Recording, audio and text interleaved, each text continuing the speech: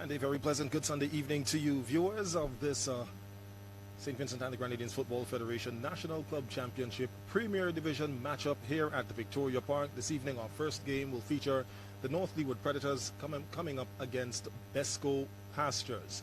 It is a beautifully sun-shining, soaked Victoria Park here on this Sunday evening.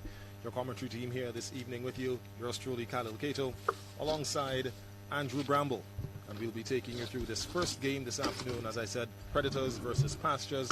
The game to follow, we'll see LAYOU FC coming up against Hope International, one that should be an epic one for the ages here this afternoon, as we see the teams on the field getting themselves ready to start this game. Just to give you an idea of who will be on the field, at least for the first 11 of both teams. For North Leeward Predators in goal is Jadiel Chance. There's also Javier Chance, number 2. Number 4, Dextrin Wilson. Number 7, Adine Charles. Number 9, Kirtland Williams. Number 10, Cleon Westfield. Number 12, Gavin Brown. Number 13, Dequan Williams. Number 14, Kenyon Delplesh. Number 21, Keshawn Durham. And number 25, Emroy Gloucester. The starting 11 for BESCO Pastures will see Javed Matthews in goal. Jamari Fraser, number 15. Number 4, Lesron Craig. Number 9, Atias Enville. Number 16, Gadbert Boyce. Number 17, Gidson Francis. Number 20, Dequan Springer. Number 21, Java O'Dane.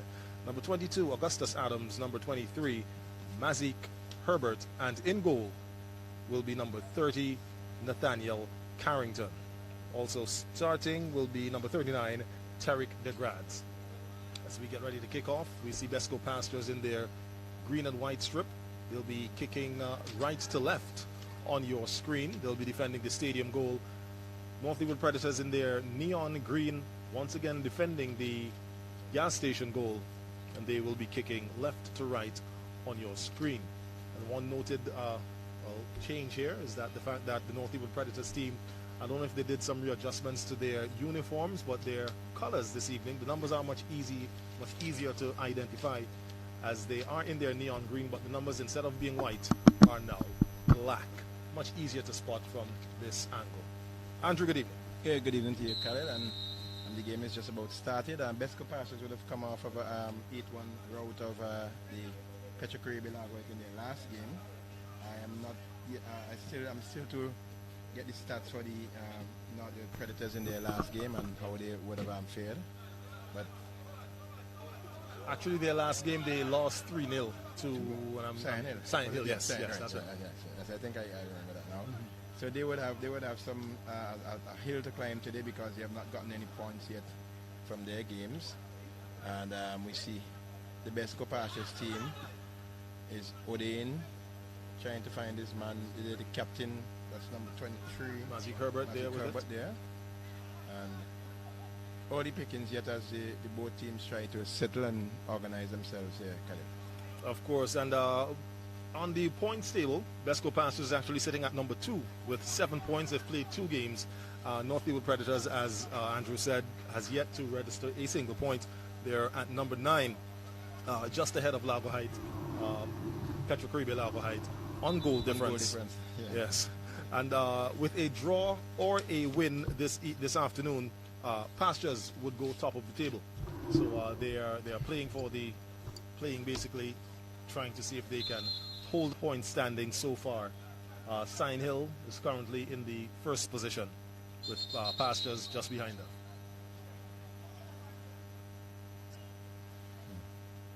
So we see Kirtland Williams there getting the attention of the referee. Not entirely sure what his infringement would have been, but the referee said in this early going, said that whatever it was, he doesn't want any more of it here this afternoon.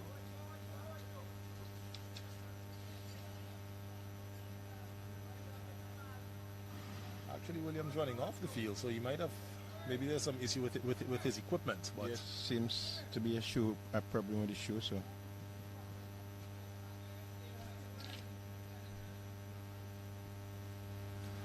But the as we await for the game to recommence here, the second game this evening could be a prelude to what is on the cards for a big entertainment event to come up on the 20th, the Jingle Ball event. The Jingle Ball event, yeah. That's right. It will feature LAYOU FC and Hope International. Of course, that game on that night would be just simply for bragging rights.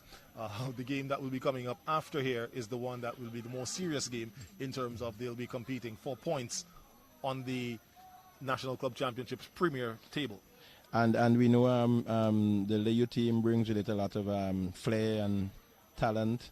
So too does Nemwell. So too does the Hope International team. I keep saying Nemwell, but I got some information that Nemwell was bought over by Guardian General. Okay. So they are now Guardian General Hope International. Still have it in my head to say Nemwell. I have to get it out of my system, you know. Yeah. But that should be a good game later on. I'm looking forward to it because I know both teams will come knowing that they are sitting just off the top of the table and they would really want to, gain some points in this encounter. And LAYOU not going to come and go down easily. So to Hope, they're going to fight. We saw in the game between Hope and Jabels, it was, I think. Was it Hope and Jabels? Yeah. Yes. Jabels leading them 1-0 up till the 92nd minute when they snatched an equalizer in the very dying stages of the game. So we know what they are capable of. And it could be a quite anticipated matchup. As a matter of fact, when I was at home and getting ready to leave with my boys, I mentioned to them that there were going to be 2 games today. When so the first game was between Pastures and North Leeward Predators, and the reaction was, oh, okay. And then when I said the second game was between Hope and LAYOU, they were like, ooh. so they are here. I'm pretty sure that if I have to leave for whatever reason, you'd have to come back before that, I have to come back and get them because they will not be leaving before that game is finished. Yeah. In the meantime, North Leeward Predators with the ball is played up forward to number 27. He's trying to get it, but it's picked up instead by number 16. Godbert Boyce with it, and he's over there battling, but they come away with it. So a long searching ball, trying to pick up number 5, Atias Enville. He tries to pick the goalkeeper who was off his line, but height is what he needed there in order to get that ball over the head of Jadiel Chance, who is a national custodian. I mentioned some time ago that they had 2 of them in him and Siklan Maki, and I see Chance has gotten an opportunity today. He's starting in goal. That's a good sign for him. Yes.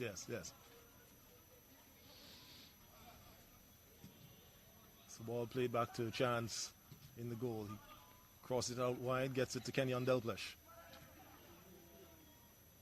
Delplesh gets by his man. Tries to play a long searching ball to see if he could have picked up Dequan Williams, but mishit that one. The ball went left instead of right, off the field. It's a throw-in for BESCO Pastures.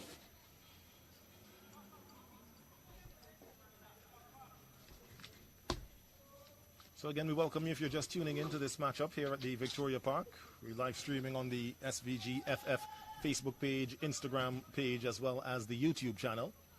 So we say pleasant good evening to those of you, good afternoon to those of you who might be viewing here in SVG, and those of you who are viewing from out in the diaspora, those of you who follow football, Vincentians overseas, and you're quite intrigued to see what the football level of play is like here at home. Free kick for BESCO Pastures.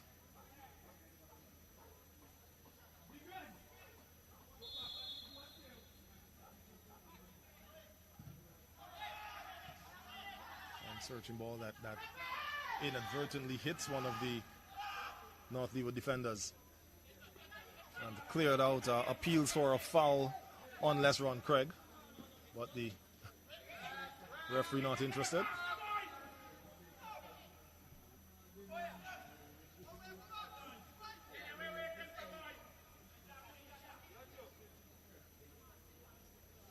Jamari Fraser with the throw.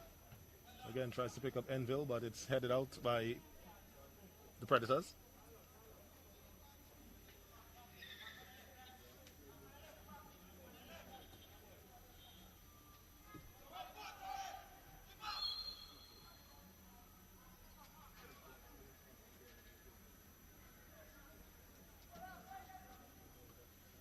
Dequan Springer, in the opinion of the referee, commits a foul in the box. It's a free kick taken by the goalkeeper. The ball bounces off the shoulder of Jamari Fraser. Scarborough boys battling to win it back. Ball with Fraser now. Fraser trying to pick out Gitson Francis.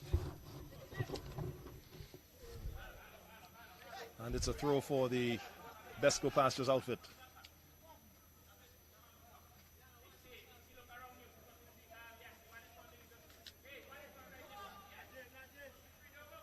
Throw to be taken by Fraser. Fraser finds Enville in an attempt to control it off the chest, but his control betrays him.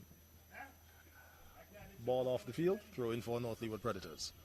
And I early today I was checking on my team, Tottenham Hotspurs, looking to see if they had gone forward at the top of the table. They still remain at the top of the table, but they drew with Crystal Palace 1-1. And I was saying, well, Liverpool probably would have, when I looked, I saw that Liverpool drew also. The derby yesterday between the United and City, the Manchesters, ended in a stalemate also, 0-0. So seemed like everybody did everybody a favor.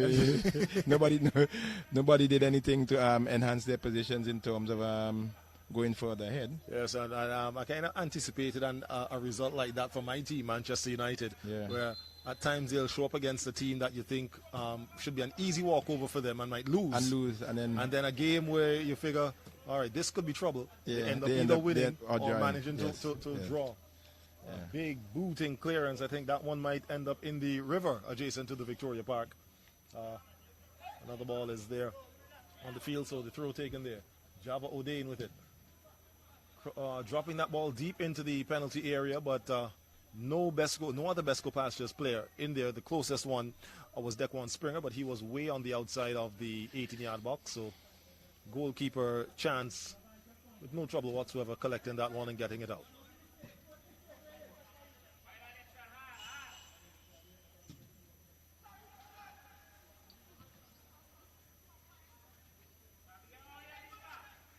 Springer looking to cross the ball or get by Kenyon Delplesh. He gets the cross in. Goalkeeper comes to clear that one out with a two-handed punch, but it falls at the feet of number 39, Tarek DeGrads. But it comes to no avail as we see North Leeward Predators on the counter-attack.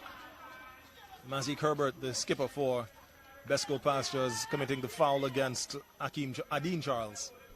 It's going to be a free kick for North Leeward Predators.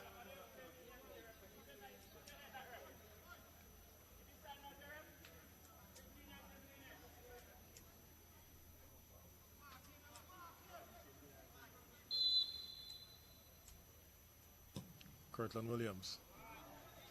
A little too strong. Resulting in the ball getting by Cleon Westfield, the number 10. And Westfield never looked like he was interested in that one at all. He was struck pretty firmly forward. He never made an attempt, realizing that he couldn't get on to the end of that.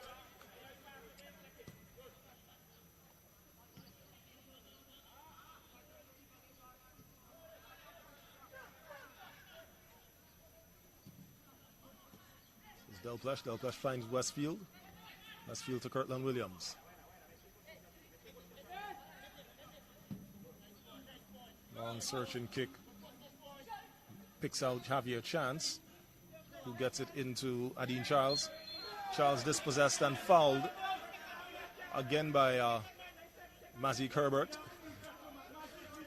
Players there for North Leeward Predators asking for some sort of card for the challenge, saying it was the second in a row where he fouled the player. And it's amazing sometimes when you look at these games and you see how players buy themselves a card, if I want to put it, for want of a better expression. I say buy themselves a card. Sometimes an offense is committed. Football is a contact sport and you would commit a foul. Leave the ball and move on. You take up the ball, you want to argue the referee, you want to slam the ball down, decent, you get a card. And we saw it in a game some nights ago there when one of the players, he bought a yellow card. Yes. And when it was absolutely necessary for him to put in an attacker to save his team, he was given a red card. Yes. And his team ended up with 10 men. But both of these teams, not yet showing any form of organization in terms of you seeing that there's a clear pathway in terms of their midfield, who is just sort of like run and kick and hope. Right. Yes. And we have seen a lot of that in many of the other teams also. Outside of probably Sion Hill and LAYU, and probably hope to some extent you are not seeing the kind of construction you would really want to see from a division of this nature, which is called the Premier Division. So I wonder if when teams are training, when they have their practice sessions, if they actually look at these things, and you can see it when you look at international soccer. When certain players pick up the ball, when the defensive midfielder pick up the ball, you see players making the run wide. You know that you can see some construction. Yes. Here sometimes you wonder and you look, and it more or less like a pinball sort of game.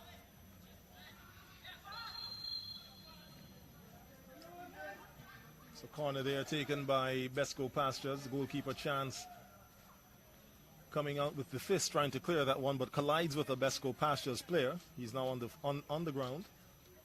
Look like he got a Slow little to get windy up, there. but he's making his way to his feet. To your point, Andrew, that we saw that same thing in the Lago Height and Jebel game Yep. the other night, where Jebel, it seemed to take them a while to find their footing. And really get going.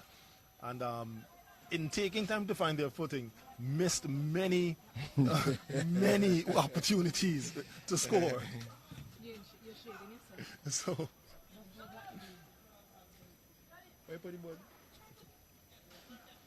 So here we see Mazik Herbert now with it.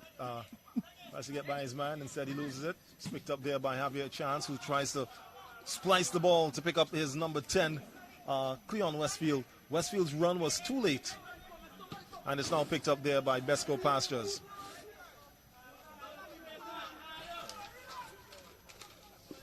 Jamari Fraser there playing the ball, trying to pick up Jaffa O'Dane, but instead Chance again was there to get the ball out of trouble. Emeroy Gloucester plays the ball through.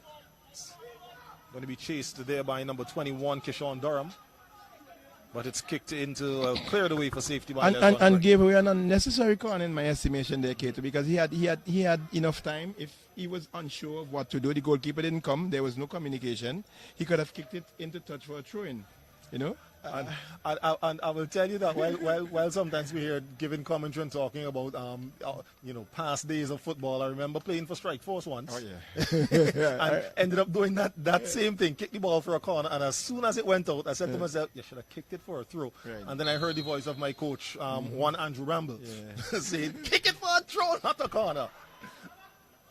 Oh, good. Oh, Del Plesh there with a powerful strike, but it seems to come off one of the BESCO Pastures players. It's another corner. That one was destined for goal. That was on target, and it struck a player. Yes, it was. I don't even think goalkeeper Carrington would have even been able to see that one coming through the crowd. So it's a corner kick. Kirtland Williams on curling ball. Del Plesh attempting to head it, but misses it. It's Emeroy Gloucester now with it. Manages to turn and get it in, but could only find the bodies of the BESCO Pastures defense. Nadine Charles trying to scoop that one and it was picked up there by Cleon Westfield. He himself tried to find his number 25, Emeroy Gloucester, but Gloucester was not in position to make that run. It's now Mazik Herbert with it. BESCO Pastures finds Jaffa O'Dane. And it's a throw. The referee indicates a throw for Pastures.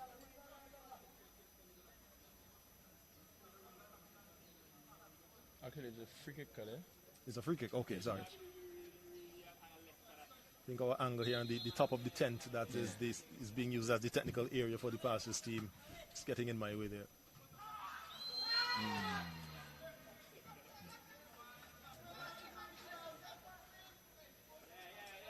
So yeah, we see the first card of the game being issued there to Jaffa O'Dane for that tackle. Did go into the studs raised and made some contact with the foot of the player there. But he's up now.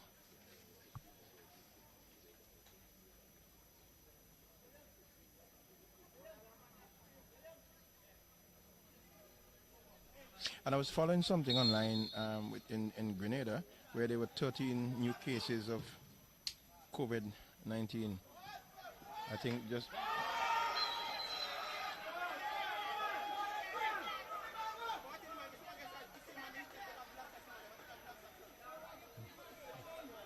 A strong challenge there by skipper Mazik Herbert for BESCO Pastures. on chance results in a yellow card. Yeah.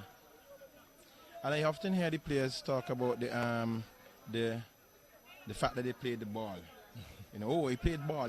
But I've seen instances where players played ball and the player ended up with a broken leg. You know? So there's something called use of excessive force. And if you go into the tackle and you really good malice aforethought and you go to play the ball, you play the ball, but you make contact with the player and with that force that you follow through it, you know, the referee has no alternative but to award a free kick. And he did go through and he made some contact as he did play the ball, but he made some contact as he followed through.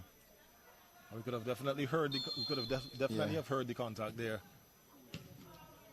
Free kick that would have required a little bit more height. But it's O'Dane trying to find the run of his. Made that number 20, Dequan Springer, unable to do so. Yeah, Kate was making the point about the 13 cases of COVID in Grenada, I think it was, and they were harping on the fact that there was a finals for some competition they would have had there, football competition, and some of the persons who were apparently tested positive could have been involved in that situation. That is something that we have to be so careful about and follow the protocols that are put in place to ensure that we keep safe.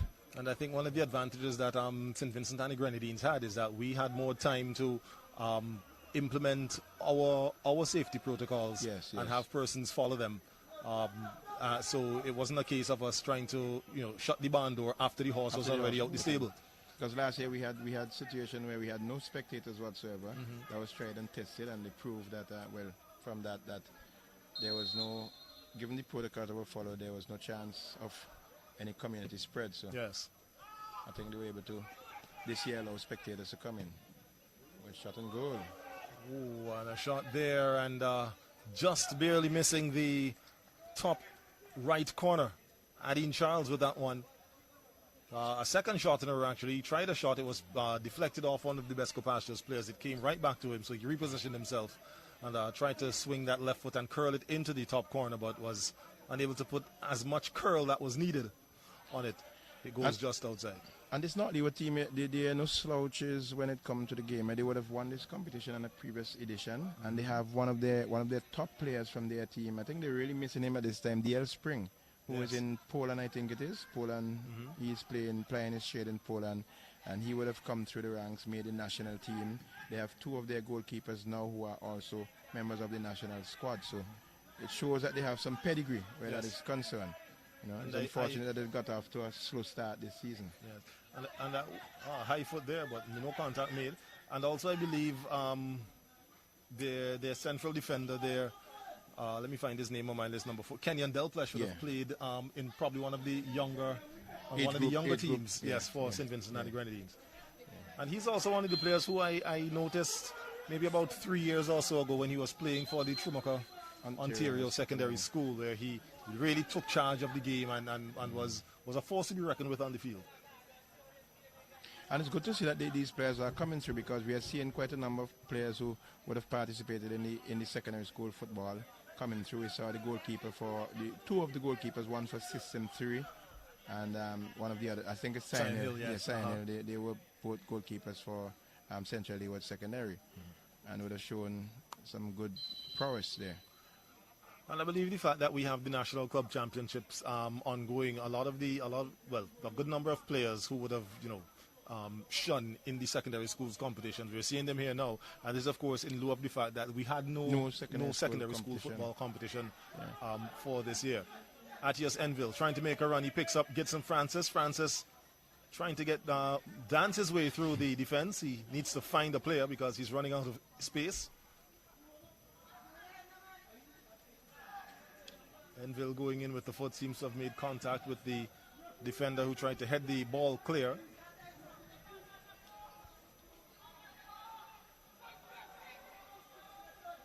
And the ball finally, the players finally get the ball to roll out of touch. The referee's going over to check on the player.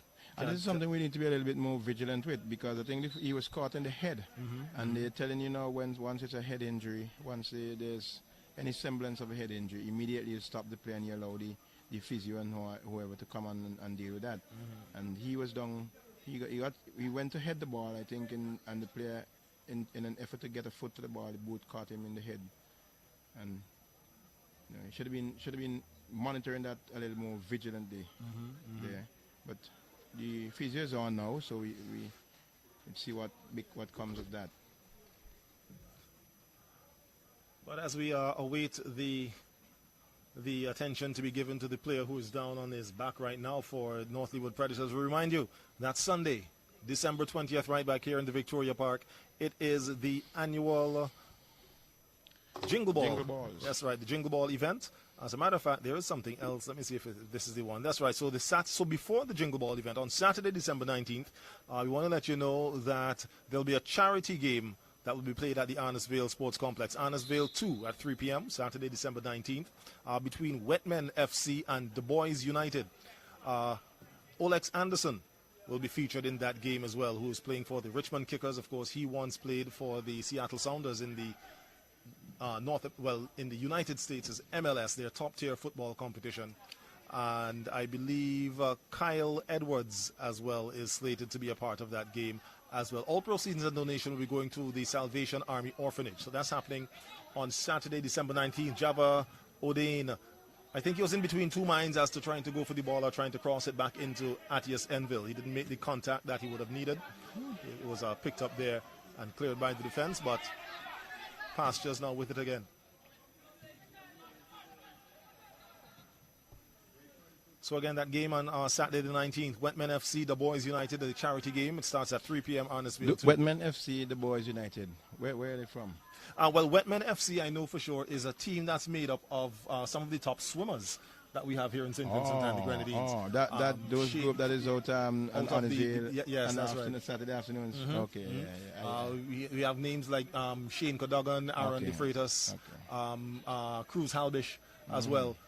Names that you find associated with swimming.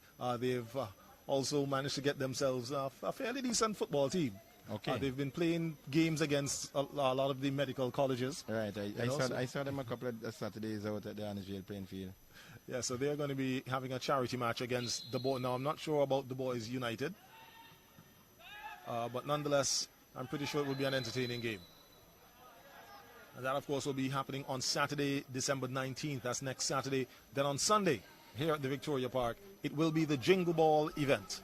All right, where 3 games are down on the cards for that one. The first game will be between, as we said a little earlier, Hope International and LAYOU FC. Then there'll be the Prisoners versus Police and Celebrities versus the Politicians charity match. Now, the Prisoners versus Police is always the one that generates a lot of interest, you know. I remember one year the prisoners took the police, and they took the police on a journey, you know, and they gave them a run for their money. The police had to pull out all stops to let them know who were in charge and who were keeping law and order here, you know. So that would be a good game to see. Also, the charity game is the celebrities game is also. That's usually a lot of fun because you see people who of yesteryear who would have hung up their boots for some time now, some who have never played really, and they come out and they all for the sake of charity. And that's a free kick that goes clear over not clear over, just over the top of the crossbar. And of course, when you have folks like the politicians, persons who you would normally see in a different environment, a more serious, then you see a lighter side of these guys. And there's also an event there for the fans who get the chance to kick penalties for cash against the former national goalkeeper, and who's now turned a politician, Fitz Bramble. Lord help us, Lord graciously help us. I would love to get a chance to kick against him. I know exactly where to place that ball, you know, so I'll be winning some cash. So that's an evening of fun. It's going to be happening right here at the Victoria Park next Sunday, the 20th. It's a $10 entry fee. So we like to see each and every one here at the Victoria Park. Those of course, of you who can make it. And we see a lunge there.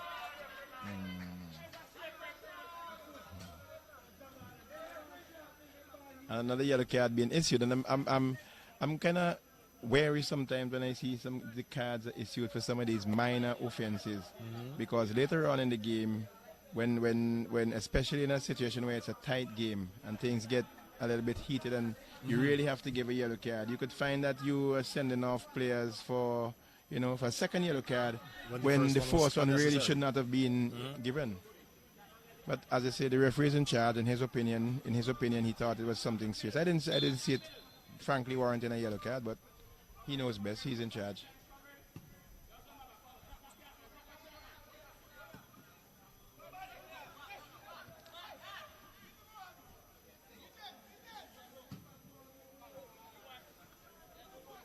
Still, the passes have been leaving much to be desired in this game, especially the long ones. Long searching balls are tending not to go anywhere near their intended targets. And I'm a bit surprised because both of these teams have access to playing areas to practice. The BESCO Pastures team, they use the Victoria Park on a Saturday morning, sometimes in the afternoon. Okay. And I think they do some practice in the Barley area. I'm not subject to correction on that, but I know for sure that North Leeward Predators, they have the access of the Goulding playing field in Fitzhughes, a very large playing field indeed, and they have access to that for their training. So they should be able to. The size of this field should not be one that would be, too daunting for them to really string the passes together and get something positive going. That's true, and it results in a breakdown in the flow of the game. You'll get a long searching ball. Probably after your team would have had a good bit of possession, and the ball is not picked up by your player, it's picked up by the other team, and then the swing of the game changes. There's another one, long searching, and again, out of the reach of Cleon Westfield.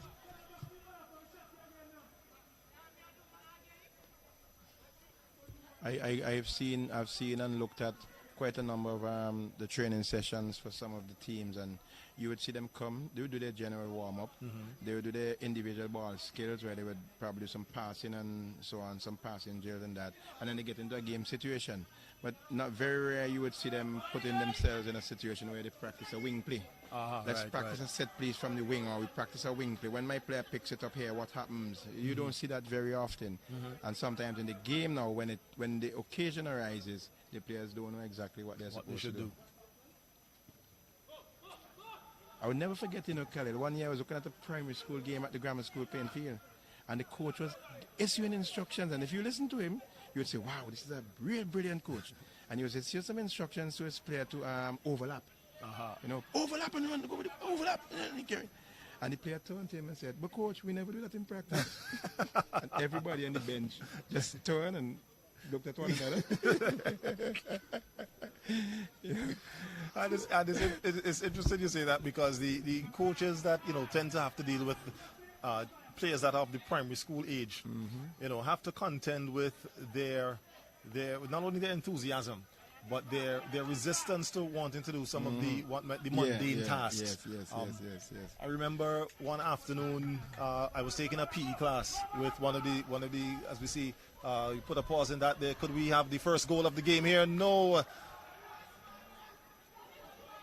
Carrington putting a big hand up and denying Cleon Westfield the opening goal of the match. And there we see probably, I like to say, a slight attempt to try to get himself a penalty. Yes, trying to buy a penalty there, and the referee would have none of it. And I think he was quite correct in his decision there, because he was just trying to buy a penalty there. He got Adim Charles. Yeah. Referee, he said he has no penalties for sale here today. Shop at Jack's this Christmas to get penalties. Yes.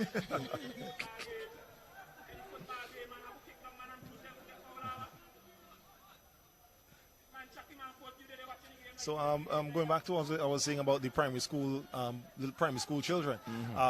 So we decided to do some basic passing drills with them, and all the little boys will say, no, we want to play football. Good. I'm saying to them, well, this is part of playing. This is playing football. They said, no, we want to play football. They just want to kick.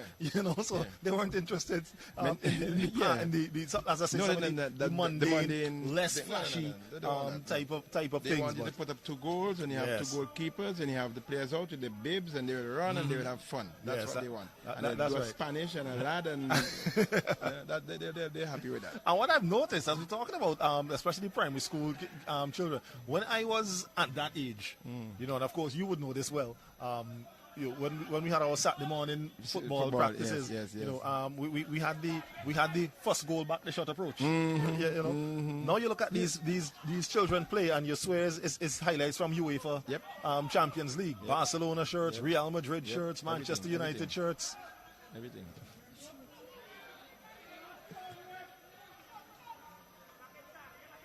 Nathaniel Carrington coming to the defense of his team to ensure that, again, North Leeward Predators didn't find the back of the net. Java Udine with it, battling there with Javier Chance. That's the ball back to Gabriel Boyce, who goes back to his goalkeeper. Goalkeeper with a clearance, but could only find the head of Adim Charles. A lovely change of play. Big kick there by Boyce, changing the wing of the play. Ball just getting by Gitson Francis. There is Durham with a shot, but goes straight to goalkeeper Carrington. Not putting himself in too much of a position to do too much work to stop that one.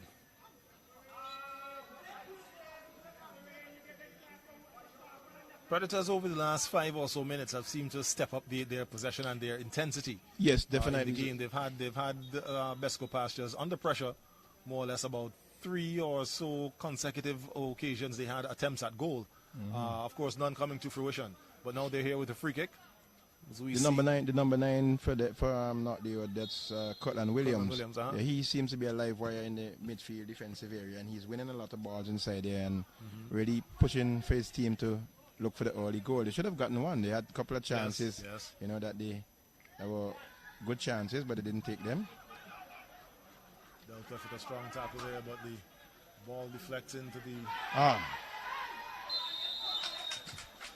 the path of, I can't see the number of the player that went down there, but he was fouled from behind. It's going to be a penalty for BESCO Pastures. And when we talk about something going against the run of play, as we were just talking about North Leeward Predators having the lion's share of possession and intensity, it just goes to show that what one breakaway can do, a tackle from behind inside the penalty area, results in a penalty for the BESCO Pastures outfit. Looks like number 21, is that Java? No, that's not 23. Okay, yes, because that's not Java Udine. That's not 23 is Magic Herbert. Cover either. I think Magic Or is it Cover. 20? It might be 20, Dequan Springer. Yeah. So we see Gitson Francis lined up behind this one. He's going to try to register the first goal this afternoon past goalkeeper Chance.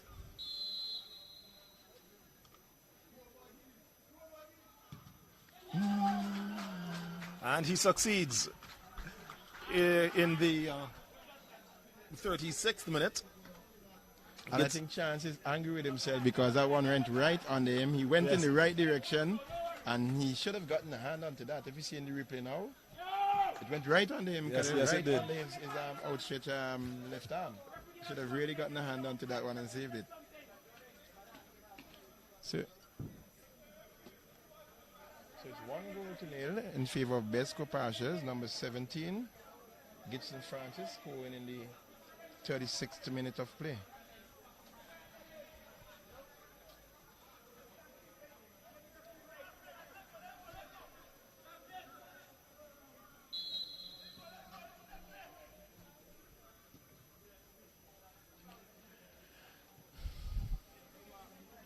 The ball is back with Chance, looking for some movement. Plays a long ball out to his right, trying to get his player there. He will not get that. He would have to have wings to get up on the roof of the tent there to get that, as it went clearly out into touch, and it's a throw into BESCO Pastures. We see the number 15 player for Pastures. That's Jamari Fraser. Yes, takes the throw, gets it onto the foot of the goal scorer, the penalty take on goal scorer there, Gitson Francis. Yeah. You could hear that loud, almost explosion-like sound, indicating a very strong clearance. The ball hitting the side of the building here, going out to touch. The throw was taken.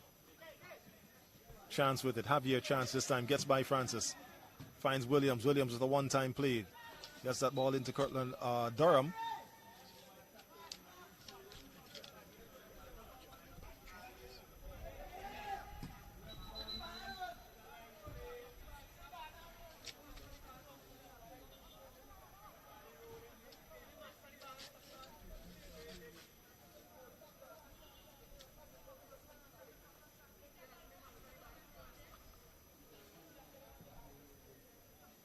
So BESCO Pastures are looking to, well, at this point, as it stands right now, they've just gone top of the table here for the 2020-2021 season, moving just ahead of Sion Hill FC by just 1 point. Of course, they'll be trying to maintain their lead. Long curling shot, but goes way over the goal. Goalkeeper Carrington just watching that one fly by as though it was a bird in the sky. It's going to be a goal kick for BESCO Pastures.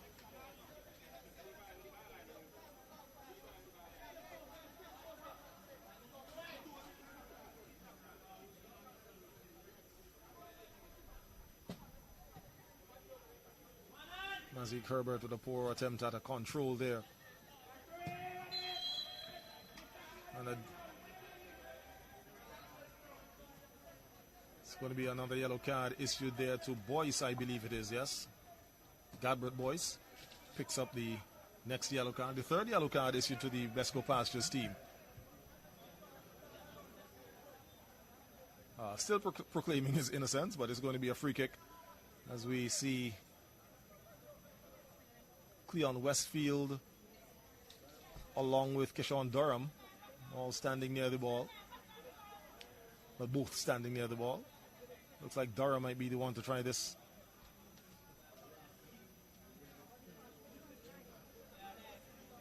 At this angle, I don't see him. Okay, well, the wall is moving back now, but I'd probably see a short, quick pass probably played through the space. I don't know if you'll be able to raise this one over the wall and then get it to get down under the bar past goalkeeper Carrington. I don't know if you heard the other night in the System 3 game, Johnny got one from a similar position. No, he did not do that. No, and I know, actually, I was here, but from where I was standing, I was actually at the bar area, which is just behind the goal that he scored on, and the goal that Boyce kicked towards. I couldn't see because the crowd that was there, but I realized that the goal scored. Yeah, and a sublime free kick, really beautiful. And I said to myself, a free kick for System 3 from there had to be Johnny. Was the one who took it. And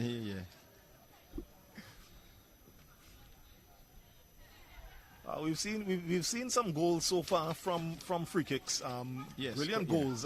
Java Odein scored a beautiful one. Yep. Some nights ago. Odein still with it.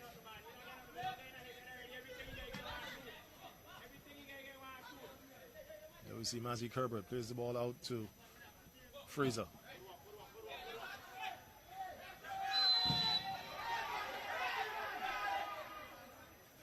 Now here we go again.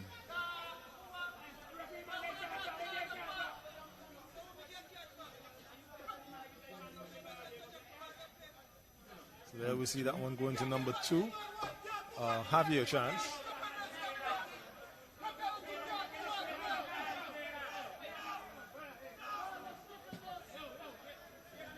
As you're hearing the noise from the both technical areas, but this time the North LEEWARD Predators really voicing their displeasure in the issuing of the cards here this evening. And I made the point earlier on, and I think I heard the point being made by the coaching staff. When you start off giving cards to every little simple thing, when it matters most in the game, you end up having to send the players off, when in the first instance they should not have gotten a card for the offense that they would have committed. So you have to be so very careful. A card is a very powerful tool in the hands of the referee, and he has to be very careful how he wields it, because you don't want to have a situation where you have to be controlling the game by force and sending play. Yes, if there is an instance where the person clearly infringed and it's a definite red card offense or a yellow card offense, fine. But there's some, it's still a contact sport, and there's some tackles that would happen in the game that you don't necessarily have to. Careless tackle, a careless push, somebody putting a foot and kicking somebody accidentally. Once it is not deemed malicious or with malice aforethought, you allow those things to go. Ball cleared there by Williams. Gets the boys.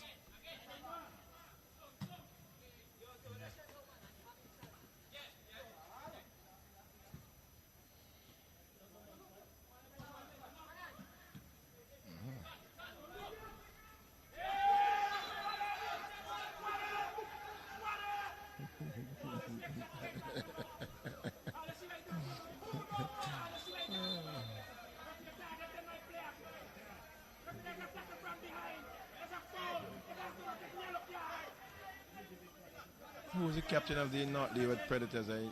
I don't see.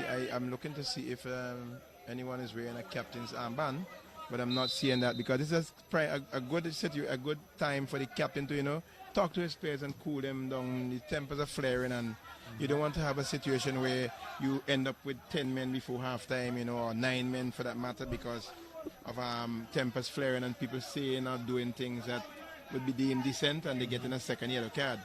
We already see how the referee is going. He's making the calls and he's issuing the cards. So play according to what you have in front of you at that time.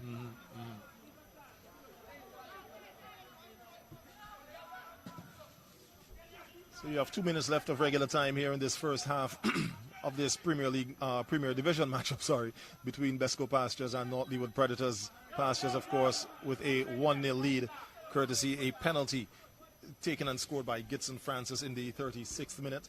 Of course, we'd wait to see how much added time, if any, would be issued by the fourth official. So Dexron Wilson, he has room as he's being urged to move forward, but instead he plays the ball up. It's picked up there by Roy Gloucester. Gloucester finds Adim Charles. Adim Charles trying to play the ball through the space for Keshawn Durham, but the ball was hit with the force that it was required. Ball back with Gloucester. Long searching ball as he changes the wing, as we say. It's picked up there by Gavin Brown.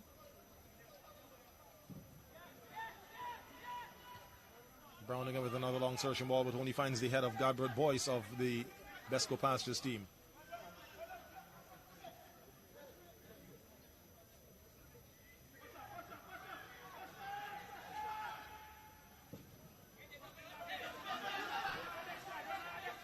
Ball now picked up there by Java Odain. Makes an attempt to get by Javier Chance. Jamari Fraser now with it. Seeks to find Odain, sends him on the run.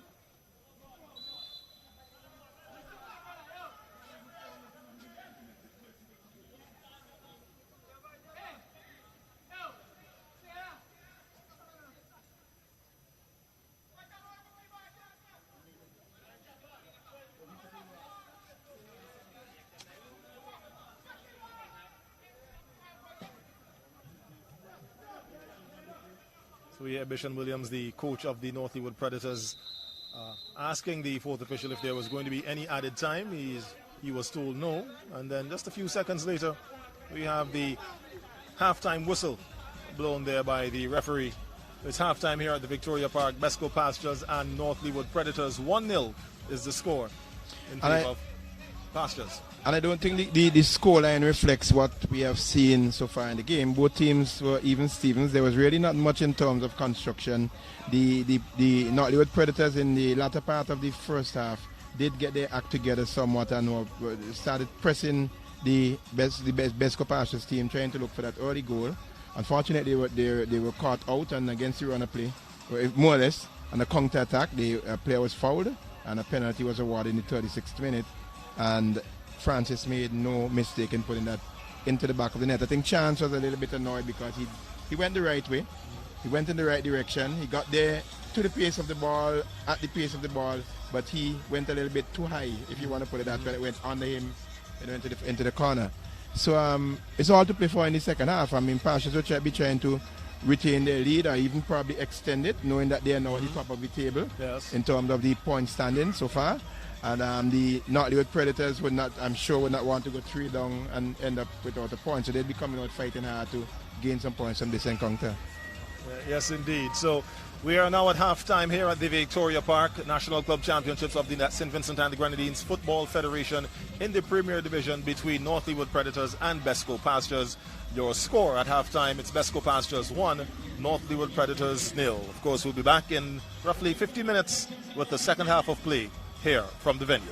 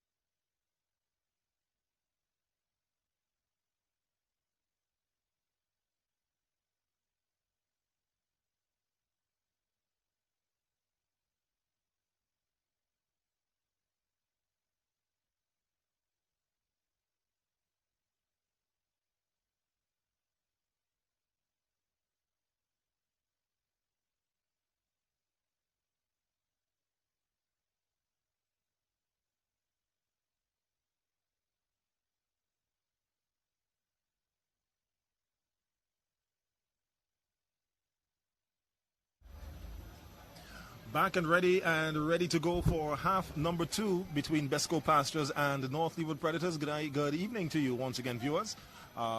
Again, here we're ready for the recommencement of this first Premier Division game between BESCO Pastures and North Leeward Predators. Khalil Cato here with you alongside Andrew Bramble. Your score in this game as we get going is again 1-0. BESCO Pastures leading this game. Also, that goal would put them currently at the top of the points table. Gitson Francis scored from a penalty in the 36th minute. And the BESCO Pastures, the North Leeward Predators team would definitely be looking to get something out of this game. This will be, if they don't, this will be their third loss. And I know that their coach has been working hard with them, and he would not.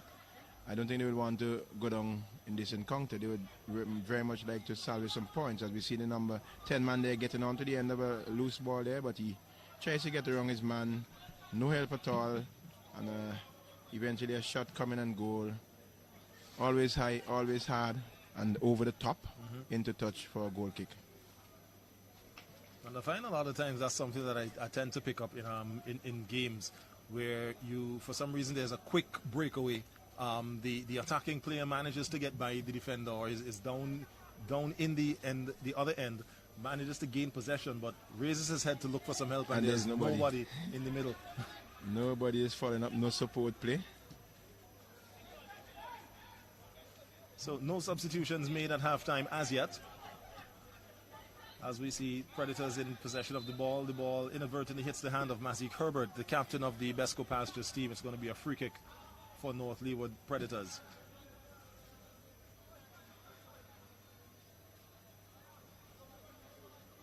And that's Adine Charles, who's going to line up to take this one.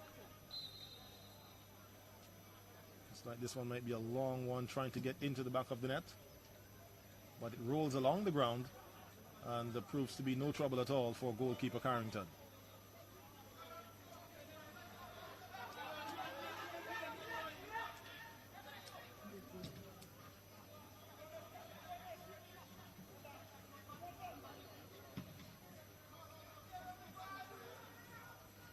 Delplesh, a big booming kick, he goes out of touch. A throw in there for BESCO Pastures.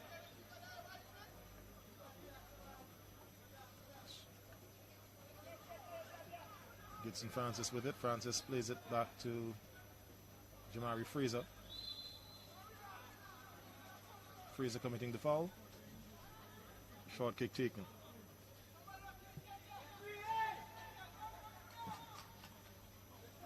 Gavin Brown now with it. Again, a long searching ball. Just unable to get the ball over the head of Galbraith Boyce, who changes the trajectory and guides it away from the intended target.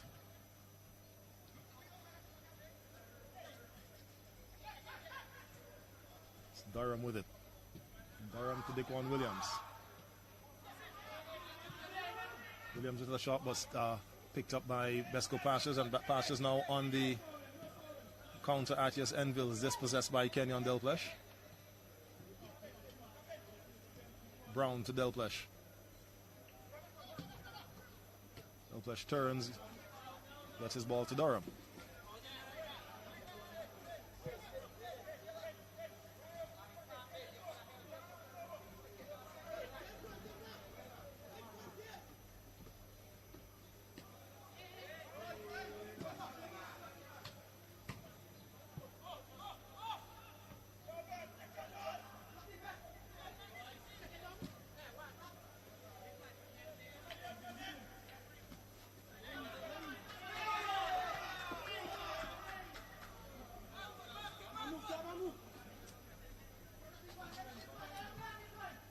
Gavin Brown with a long searching ball, trying to pick up Keshawn Durham, but again only manages to find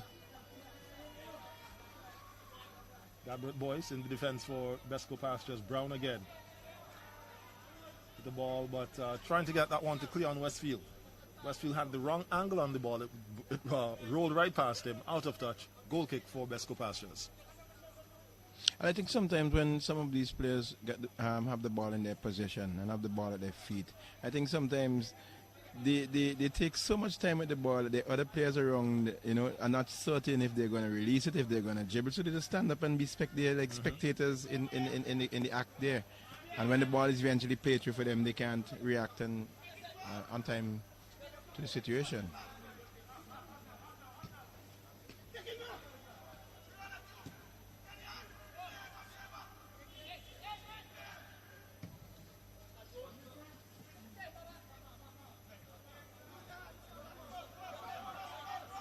It's 1 versus 2. Cleon Westfield now squaring off against Les Ron Craig. Attempted cross, but it only finds the chest area of Gabbert Boyce. Excuse me. As we see now Javier Chance. Chance played it to Dean Charles, who then tried to find his man but lost possession. There's Chance with it. Or correction, that was Emery Gloucester.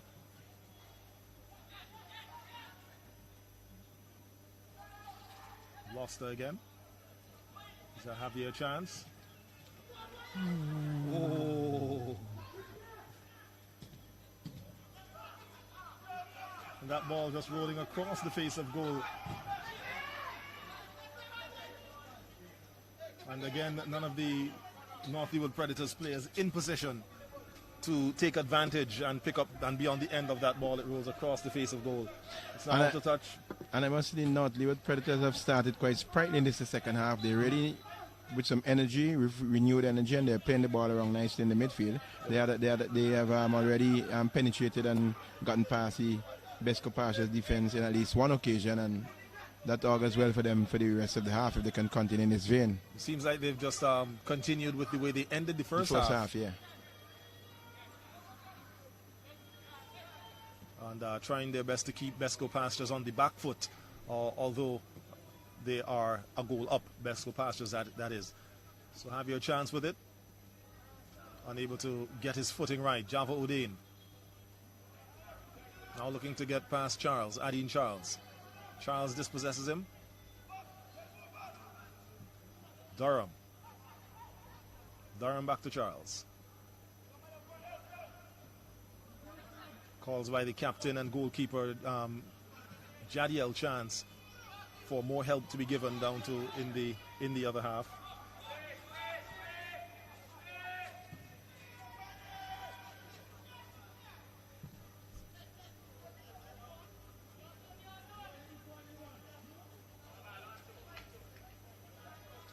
An attempt by Dequan Springer to try to save that one from going out, but doesn't succeed. A throw in now for the North Leeward Predators. Kirtland Williams with it.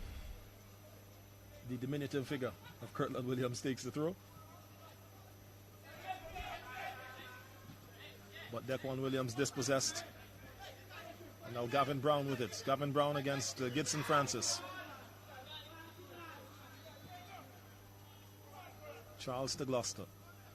Gloucester again trying to find a long searching ball in an attempt to find Cleon Westfield.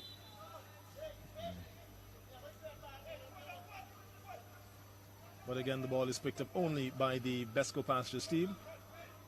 A foul there on Mazik Herbert. Free kick, short one, taken.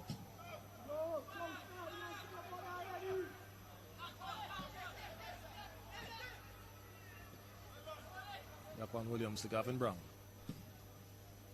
Brown again trying to pick up the run of Herbert. Sorry, not Herbert. That's Keshawn Durham.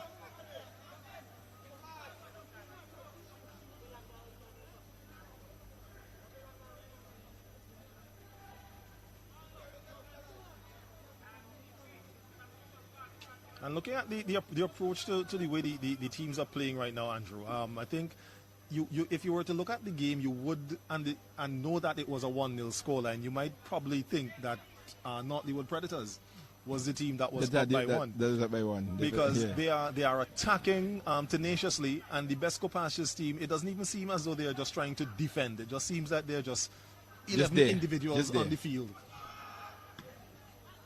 As we see an attack there by BESCO Pastures, but broken up by Gavin Brown. Dequan Williams finds Kirtland Williams. And he seems to be, like, as I mentioned earlier, and he seems to be the person who everything runs around, that Kirtland Williams, you know.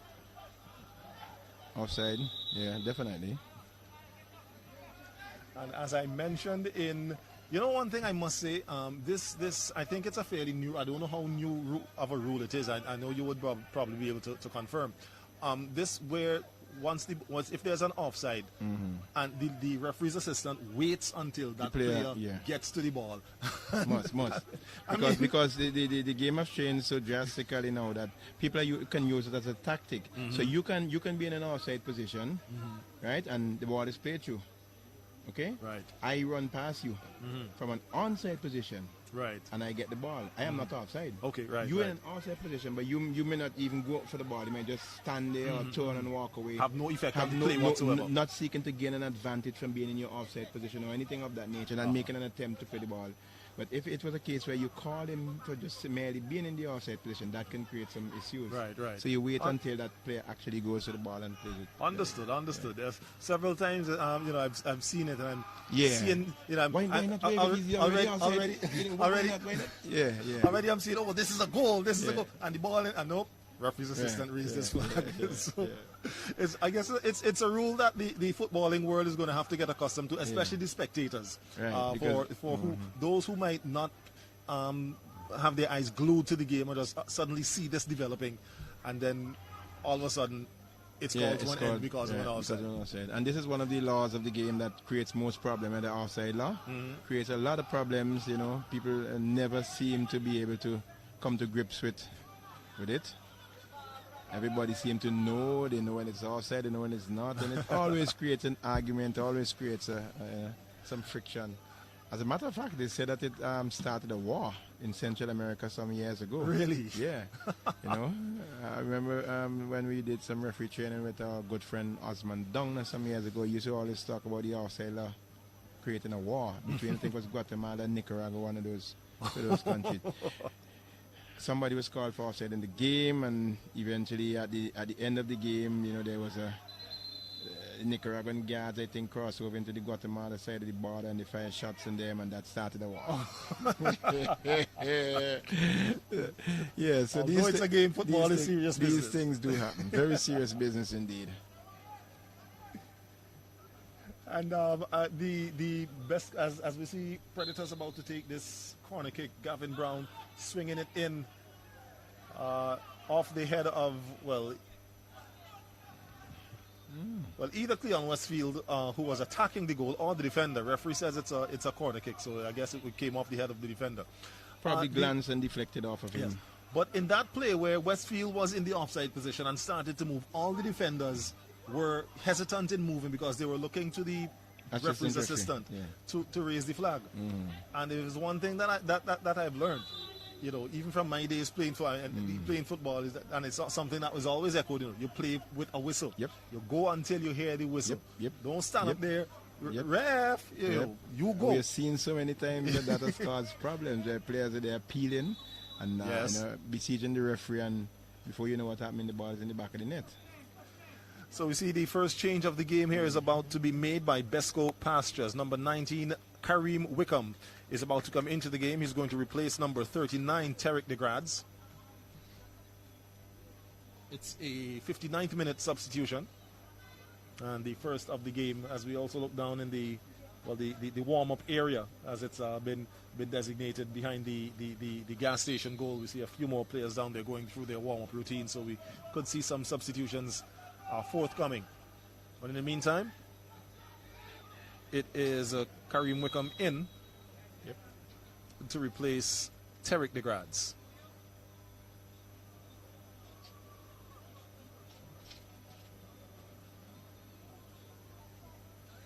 It's an offside. I think Enville was in an offside position. He was actually offside, came back into play, and got possession of the ball, and that is not allowed. Oh. Yeah, came from an offside position to be involved in the active play.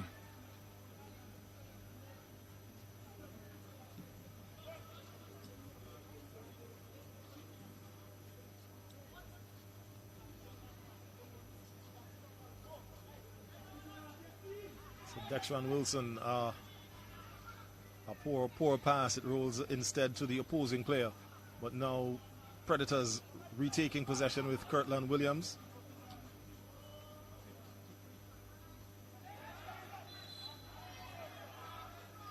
Strong tackle there. Referees saying that a foul being committed. And both of these teams are from the leeward side of the island. Not the leeward Predators from deep down in Chateaubelair, and the BESCO Pastures team primarily from the Barley area. But as I mentioned some nights ago, they would have merged with Pastures from Kingston as we know it. Right. And so, I think the large majority of their players come from out of the Barley area. So both teams from the leeward side of the island. As we see the referee there trying to restore some order here between Dextron Wilson of North Leeward Predators and I make it Gabriel Boyce of BESCO Pastures. A few words being exchanged there, so the referee deciding to step in to ensure that it did not escalate to anything more. And both of these teams will know each other well because they play in the Barley League, they play in the North Leeward League, so they would know of the different players and know what they have to offer and how to plan for them. And there we see Cleon Westfield. It's going to be picked up there by goalkeeper Carrington.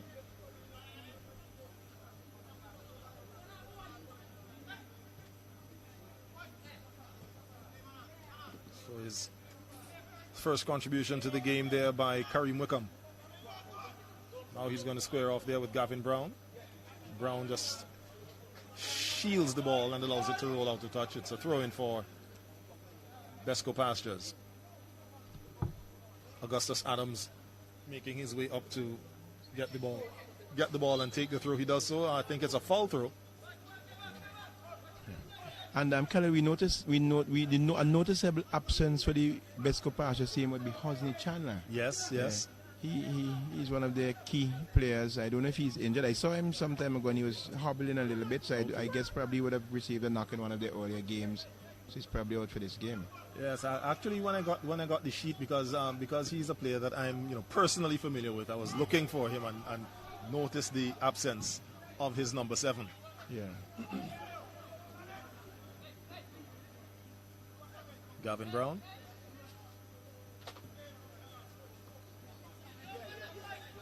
Daquan Williams with it.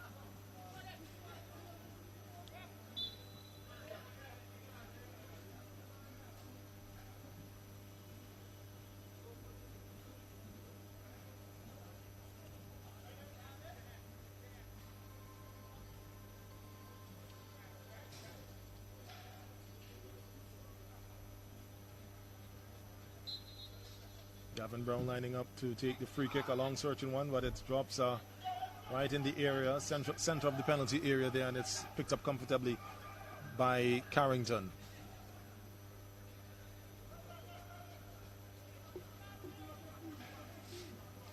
So the sun has gone down. We are no longer baking and sweating in the intense heat of it. The lights are on here at the Victoria Park as we are probably about midway through the second half, or just about midway through. We've into the 64th minute of play here in the second half of play. BESCO Pastures leading North Leeward Predators 1-0. And this is, of course, the first of again a doubleheader. The next match this evening, which starts following this, we'll see Hope International coming up against LAYOU FC. A free kick to BESCO Pastures. Referee probably trying to play the advantage from earlier incident that occurred earlier collision, and it didn't materialize. He brought back the free kick and he brought back the play and gave the free kick to the BESCO Pastures team. Actually, it's a throw. I thought I saw them spotting for a free kick. Okay. So maybe the ball just rolled out of touch. Yes.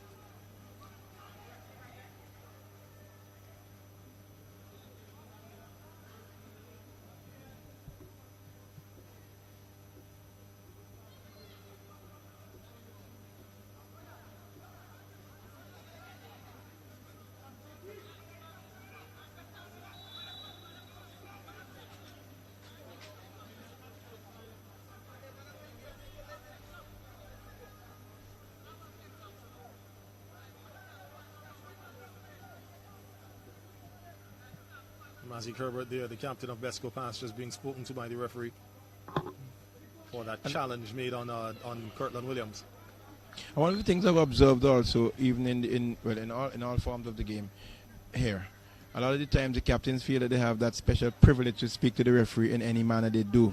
They wish, you know, and the rules clearly tell you that the captain of the team have no special privileges. You know, the referee can call him, yes, to help to control his players and so on the field of play, but that doesn't give him the right to figure that he can question every decision of the referee or speak to him in any manner in which he so desires. I remember one time one captain showed some dissent. The referee gave him a yellow card and he said, "But referee, I'm the captain." And on the flip side of that, I saw an incident in one of the earlier games featuring Lago Height, where I think it was when they were playing against Awesome. Yes. Right? When that vicious tackle came, and the youngster got the red card. All of the Awesome players were up and up in arms as we see a ball played through Cyclone Mackey. Can he find the back of the net? He gets the ball, and yes, it is a goal. North Leeward Predators finally on the score sheet. It's an equalizing goal. Ball played through there for Cleon Westfield. And he took that quite nicely there, took it in its stride, got around the defense, and was able to place it beyond the advancing goalkeeper there, you know, Nathaniel Carrington. Good finish there by the North Leeward Predators. 1 goal apiece now, and I think this would really lift their spirits. They had already started in a buoyant mood. This would even lift them somewhat as they'd be looking for all 3 points now. Yes, indeed. And they have the time. They've been pressing like this since probably the last 5 to 10 minutes of the first half. They came out in the second half and kept it up.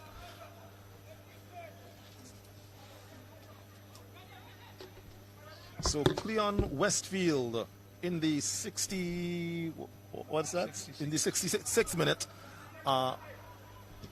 brings this game level, as we now have North Leeward Predators 1, BESCO Pastures 1.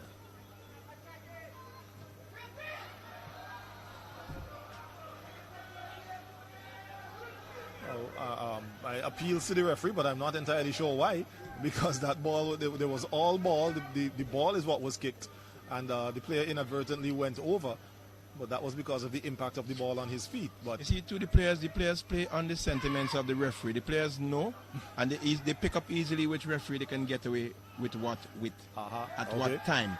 So if they know, if you come early in the game and you stamp your authority in the game and you let them know, look, this is not going to be tolerated, and every time they commit an infringement, you are there and you call it and you deal with it, they would pull out. They would not come trying to question it. They would not try to be right in their luck. Right. They know, well, okay, this referee is serious. You heard them say it, you know.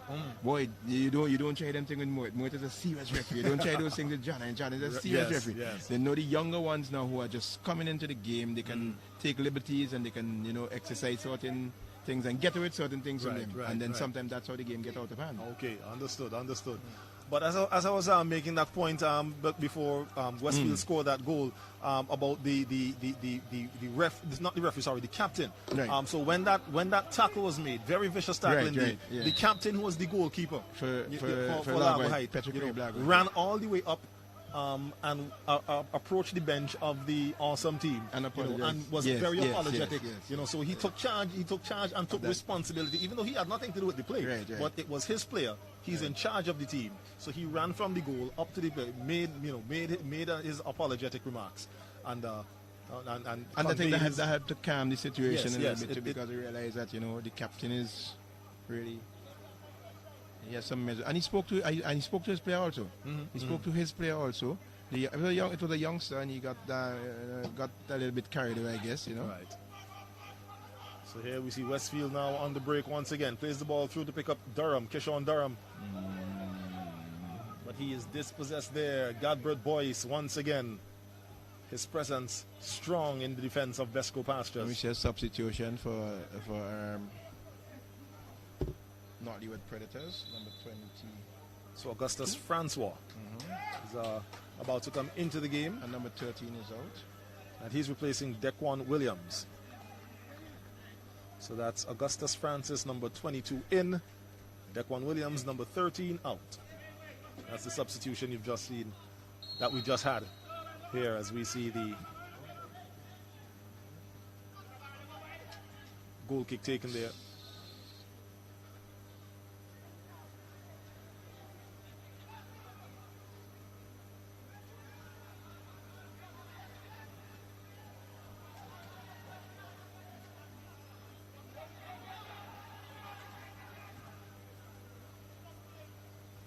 So BESCO Pastures just preventing that ball from going across the line, right on the line, and was able to get a long searching ball up, but its possession has switched.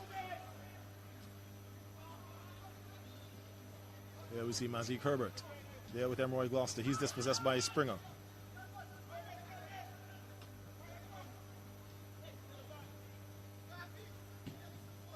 Gavin Brown plays the ball into basically no man's land because none of his players were in that position. It's instead picked up by Lesron Craig of BESCO Pastures. But now Adeem Charles with the ball back.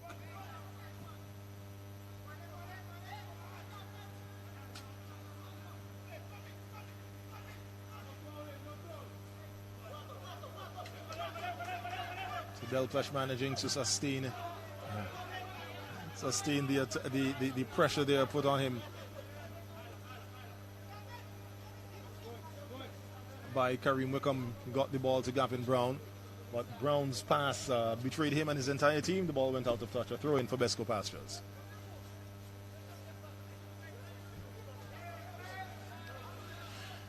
The BESCO Pastures team seem rather laid back, I must say, in this encounter here this afternoon. Not the kind of team I have seen, and the team with the kind of spirit that I've seen. It seems that they're a little bit laid back here, and their defense seems to be working, trying to work hard, but the midfield area seems a little bit, Yes, indeed, the midfield area is what seems to be letting them down, because even when persons like Enville get the ball, they've been getting balls up there. He has been making runs towards the North Leeward Predators' goal. But we see it seems like the extreme ends of play for BESCO Pastures is what's happening, but that central area. As here we see Gibson Francis with it. Francis plays the ball out to 22, Augustus Adams. Adams finds Kareem Wickham. Tries to get the ball in, but it deflects off Gavin Brown for a throw-in.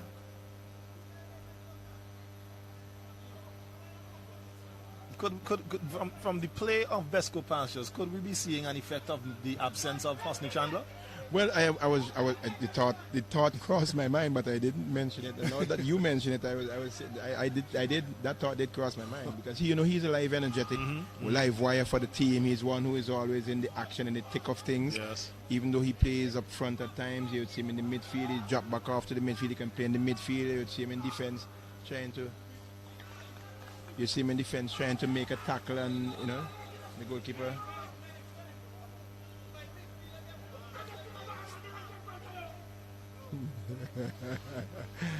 The coach is angry because he gave away that came from giving away a simple ball in the midfield there, and the BESCO Pastures almost converted at the other end, and the goalkeeper seemed to have taken a knock, but it wasn't from one of the players. I think it was probably in his slide to collect the ball. He might have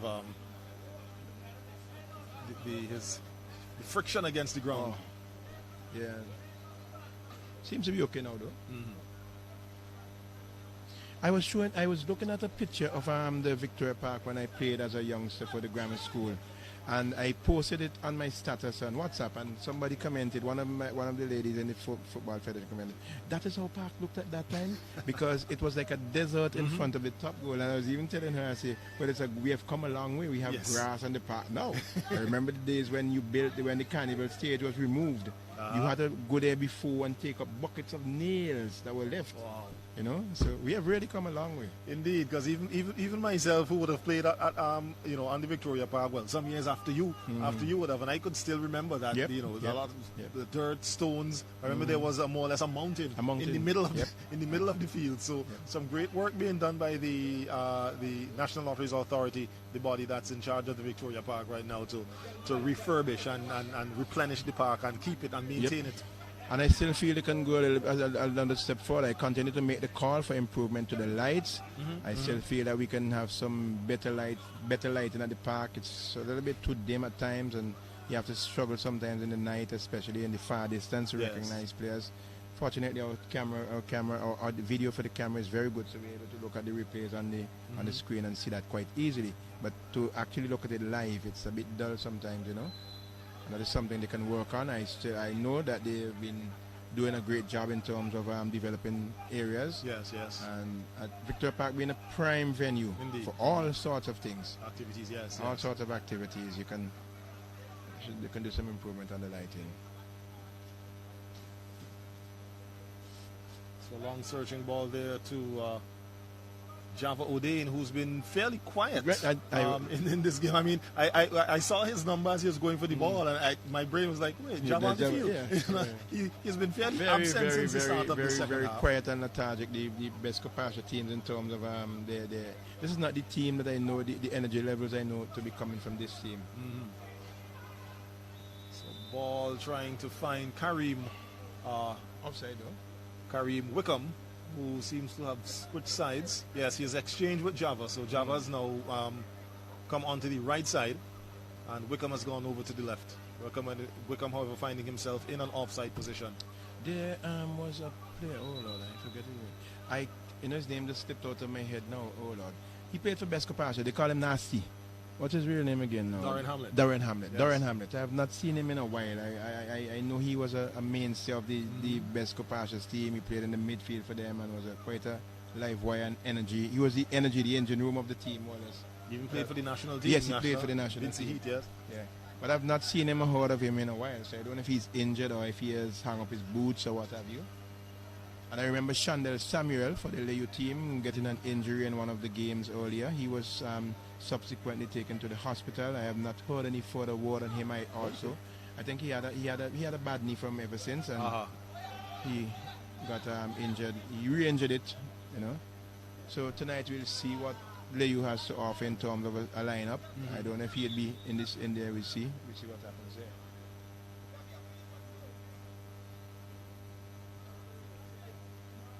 A substitution for Nortley with Predators, it looks like. Number 41. So Teal Lavia is about to come on, and he is going to be replacing number 9 Kirtland Williams.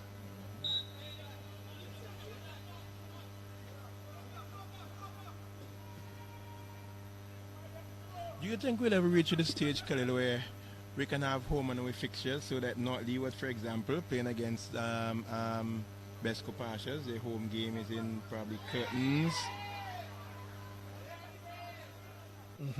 I've always had that idea and thought that would be something that would be, would be great, especially in fostering the community support behind teams. Yeah. But I think that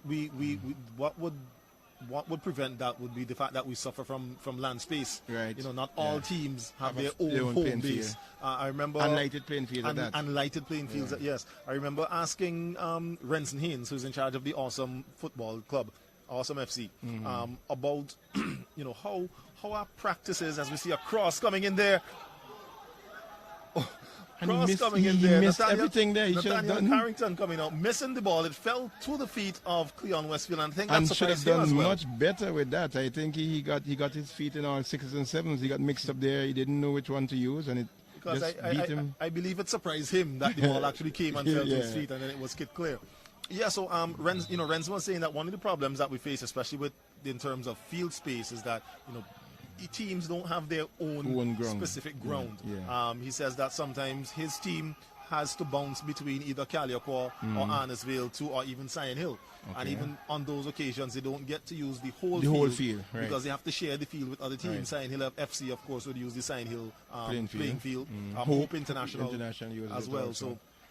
So I think that it would be something good to see, but I think that is what would probably prevent that from manifesting, as we see an attempt at a shot not manifesting there from the foot of Java O'Dane.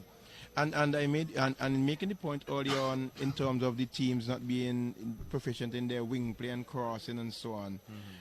That could be a factor, a big factor in it. If you're not getting a full-size field to practice on, Right. how do you know?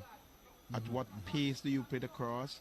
How do the playing side know at what angle do he run, or should he run to get on to the end of your cross? Because many times you go to the playing field and it's 4, 5, 6 teams training at the same time on any given day. So you get a small 60 by 40 area if you get so much. Right. What can you really do in terms of that?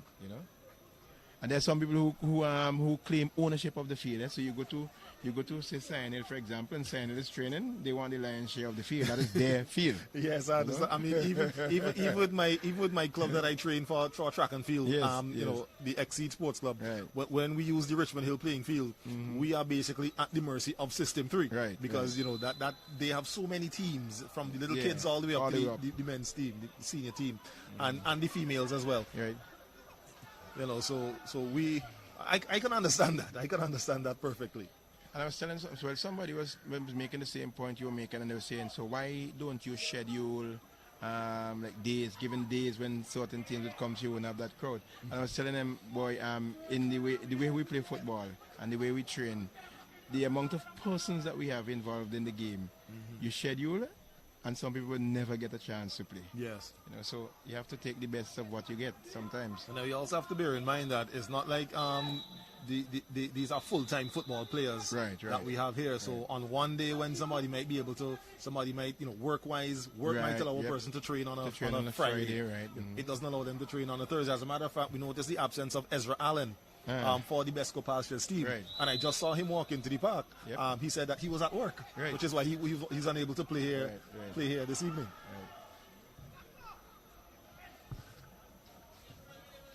And he works with the National Lotteries Authority, so and they're in the process of setting up stage and all of that for the 9 mornings. So he's working at that.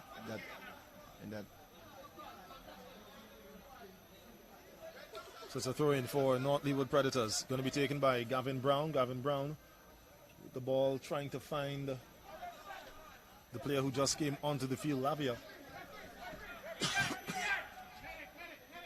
The player's down. Just looks like Durham.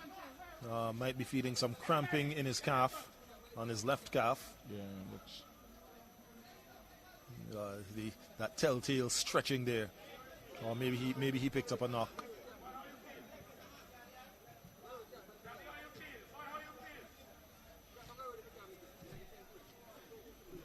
So we've got just under 8 or so minutes left to play in regulation time here at the Victoria Park. Tied score between BESCO Pastures and North LEEWARD Predators, 1 apiece.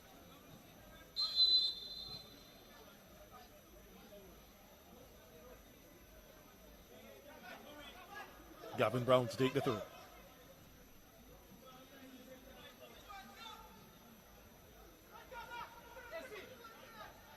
He tries to find Lavia.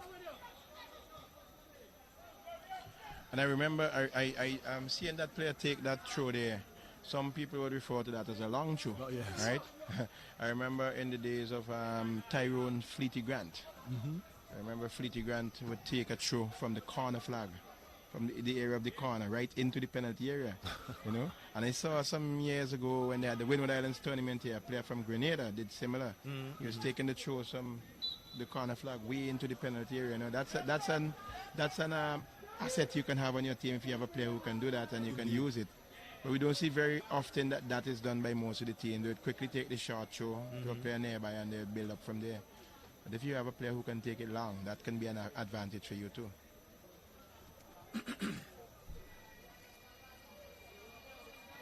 It's going to be a free kick for BESCO, sorry, not BESCO Pastures, for North LEEWARD Predators. Make it about 35 to 40 yards away from the goal. You see Adine Charles standing over it. Looks like he's going to make an attempt at this one again. Probably going to see another big booming kick. But he hits this one low. There's a deflection, but it's collected comfortably there by goalkeeper Carrington. And a poor attempt at a kick out. He got no air under that. It actually hit the foot of Lavia as he was walking away from the goal. But his team still manages to maintain possession. BESCO Pastures, that is. So that's Wickham. Wickham now trying to battle with Charles.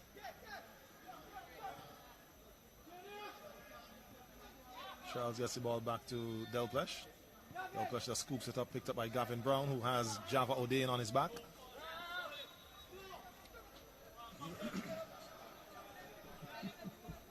O'Dane with a push off. The referee calls a foul.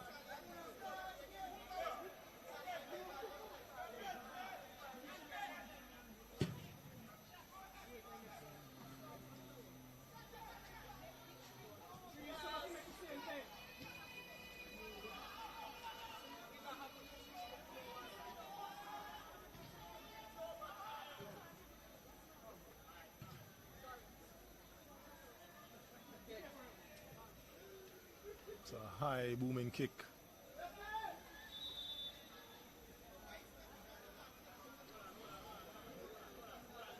As we see, there's a man down that looks like Javier Francis. Not Francis, sorry, Chance.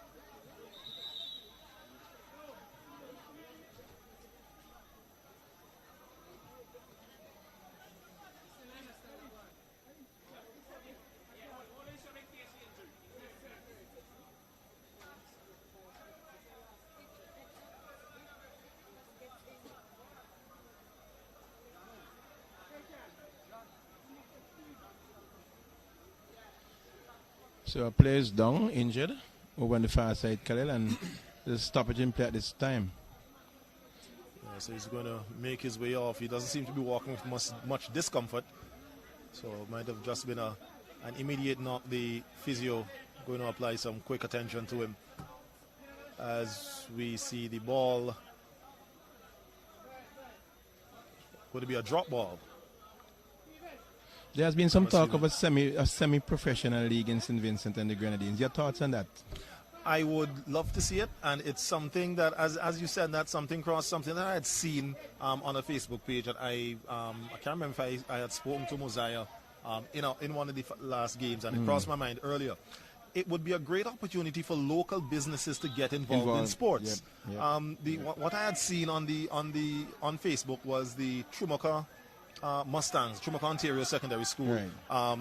The PE teacher, whose name is escaping me, Mali. Right? His correct name isn't coming to me, but he was sharing that they got a donation of sporting equipment from a donor overseas, and I've seen that. I've also seen that I think was the second one that I've seen them happen for them, but I've seen. Oh, I remember there was an article talking about the gentleman that owns the company that outfits. I know Hope International is one of the right. That's Raman Warrikan. Right. Yes. Yeah. So these are persons outside of St. Vincent and the Grenadines who can find it, in themselves to give back to the sport. And we have very few sponsored teams. So we have Hope International that was Nemwell, that is now Guardian General Hope International. And well, that company as well sponsors a cricket team, Saints. Right, Saints. I said Guardian General Saints. Getting the name mixed up. Yeah, right. We know that telecommunications company Flow sponsors the Radcliffe Cricket Club. But I think that a lot of the smaller business, not necessarily small business, but smaller businesses that might not be at the level of, as we see it's a substitution. I thought that was extra time being put up there. We still have about 2 minutes to go. So some of these smaller businesses can come forward and lend a hand in terms of support, and it's something that I would greatly love to see. Yes, because it does so much for you when you give back to the community. The very same people who play in these teams come and support your businesses. Yes, and you could in your deal or arrangement with whatever team, you could be able to set up some sort of arrangement where it's a hand in hand arrangement where there's benefit on both sides. Yeah. So there we see corner kick there for BESCO, not LEEWARD Predators, taken by Gavin Brown. A foul committed there on Mazik Herbert. Quick free kick taken.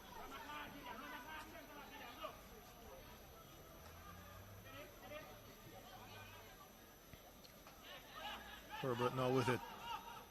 Swarmed by three Predators. Here we see Gidson Francis. Head up trying to find his man. 39. Java Odein now with it. 39. Odein trying to find Wickham. Odein with a nifty pass back to Gidson Francis. Francis makes an attempt to play the ball through, but it's intercepted by Kenyon Delplesh. As Gideon Richards now with it. Darrell Samuel making an attempt to cross the ball, but it comes off Galbert Boyce. 3 minutes of time added on. Once again, it's going to be a corner kick. 3 minutes of added time to be played at the end of this game. as we approach the 90-minute mark. Oh, well, we're there. We're at the 90th minute mark. So we have 3 more minutes for either team to attempt to break the deadlock. North Leeward Predators now with the best chance to do so. They have a corner kick. Long kick goes over everyone. Drops on the far side, picked up there by Dexron Wilson.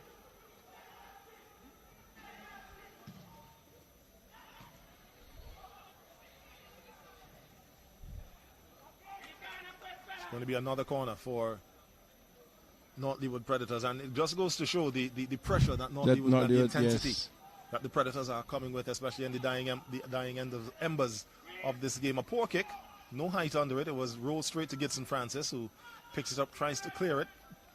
But again, that pressure that we talked about from North Leeward Predators, possession switching back and forth.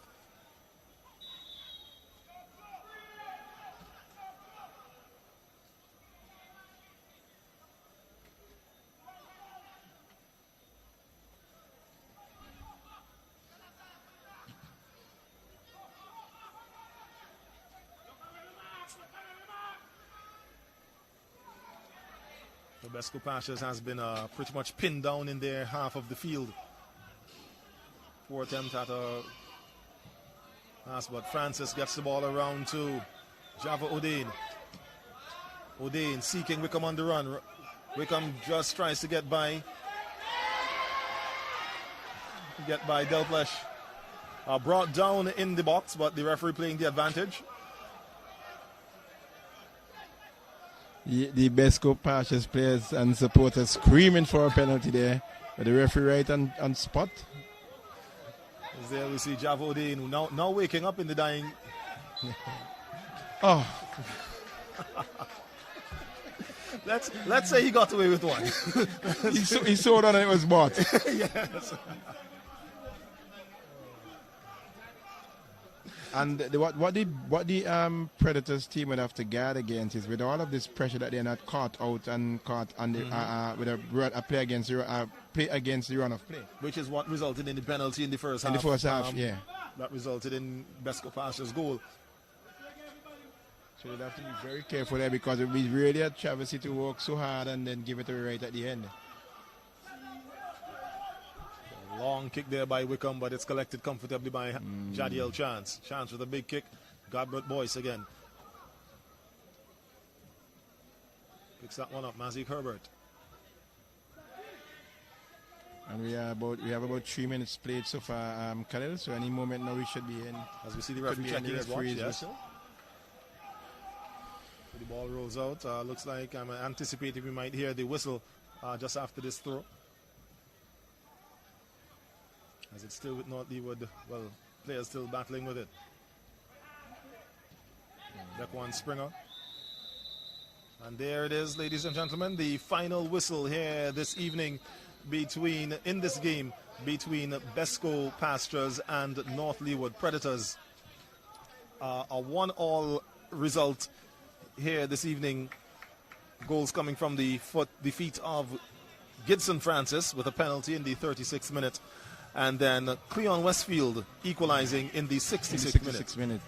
I think North Leeward Predators, they really came out and they played. You could see they were looking to get something out of this game. They played hard. They worked hard from about midway through the first half right through to the end of the game. They had a couple of easy opportunities that they could have put away. BESCO Pastures had their chances also, but they're not the same team that we saw playing in the last game. Yes, indeed. The energy levels were down. The whole motivation seemed not there. They just came out and just went through the motions, for want of a better expression. They were fortunate in that they got a penalty and they ended up gaining a point from this one. I think the North Leeward Predators team would feel that they really should have gone home with all 3 points, but that's the way the dice rolls sometimes. That's the way it is in football. So yes, most definitely. All the best to both of them in their next games.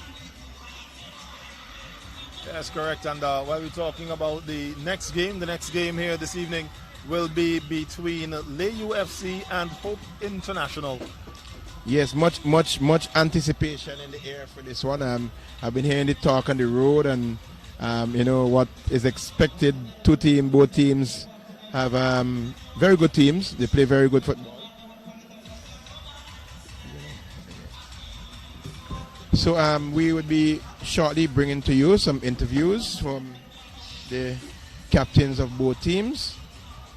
Hope International will be coming up against LAYOU FC in this next encounter. We see both teams are currently getting themselves ready, warming up behind the goal at the bottom end of the field here. And we await much excitement in this encounter.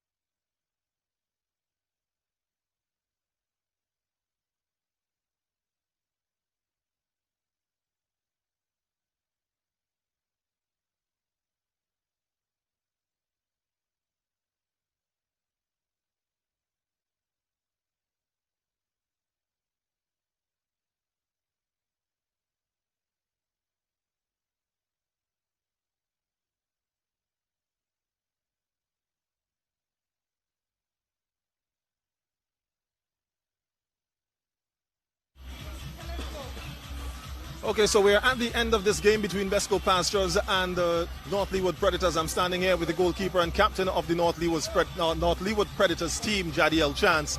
Jadiel, 90 minutes of play. You guys came across with your first points of the for the season. Kind of describe for us what the approach to the game was for you this evening. Well, first we go back to our drawing board after 2 games, 2 losses. We go back to decide what we're going to work with. What worked for us in the previous season, what we're going to do, how we're going to going forward. So we come back and just play as a team, keep the unity together, and work hard. All right. You went down, one goal to nil early in the first half, but then we noticed kind of that the intensity towards the game sort of picked up in the last 5 to 10 minutes of the first half, and then it maintained through the second half. What was said probably at halftime, or what was the spark to get that momentum going for your team, and it resulted in a goal for you? Well, first thing, that is how we play. If we don't continue, we play hard. We run till we can't run no more. So we just lift the momentum after 1 goal down, unfortunately. We just go forward and continue play and continue, see the weakness and try to exploit it. All right then, so one goal, 1 point here for this evening. Congratulations to you, and look forward to seeing more of you for the season. Okay, thank you. All right, so that's 1 goal there, 1 point from Jadiel Chance, as we get ready now to speak with the captain of the BESCO Pastures team, Mazik Herbert, who is now stepping in here. Mazik, again, as I said to your colleague captain there, after 90 minutes, a 1-1 draw, how we sort of felt that the intensity that we have seen from the Pastures team before seemed to be lacking here this evening. Would you say that's correct? Yeah, that's correct. Because due to certain players getting injured, we have to deal with some of the bench players. So we have to get along with what we have. Okay, speaking of players, we noticed Hosni Chandler was now there. Is he one of the injured players? He's one of the injured players. Okay, so he was injured. All right. You went ahead in the first half, and then you kind of just seemed like you were kind of just there, and then went down 1 goal. What do you think will be the answer going forward for BESCO Pastures? Well, we have to just go back to the training field and pick up where we left off. We know it's a 1-1 draw, but it's a fair result still due to the injury, like I said before. So we just have to pick up and go again. All right, well, this result actually puts Pastures at the top of the table, and I know that in games going forward, you'll be looking to maintain that lead for the season. Yeah, that's true. Knowing we have Hope next, I have a very tough game, so we have to look and pick up again. All right, then, of course, Hope is going to be on the field next. Would you guys be hanging around and probably looking at them play to see what you could pick up from it? Yeah, we have to watch the game and learn some of their tactics and know what we're dealing with when the next game comes. All right, then. Well, congratulations on the draw. Congratulations on your top of the table position here this evening. All right, so that's Mazzy Herbert, the skipper there for the BESCO Pastures team. A 1-1 draw between them and the North Leeward Predators in our first game at the Victoria Park in the St. Vincent and the Grenadines Football Federation National Club Championships Premier Division doubleheader on a Sunday evening. The next game on the field behind us that will be starting in the next few minutes or so, we'll be seeing Hope International and LAYOU FC. So until we have that game coming to you, you stay tuned and we'll be back with more football from the Victoria Park.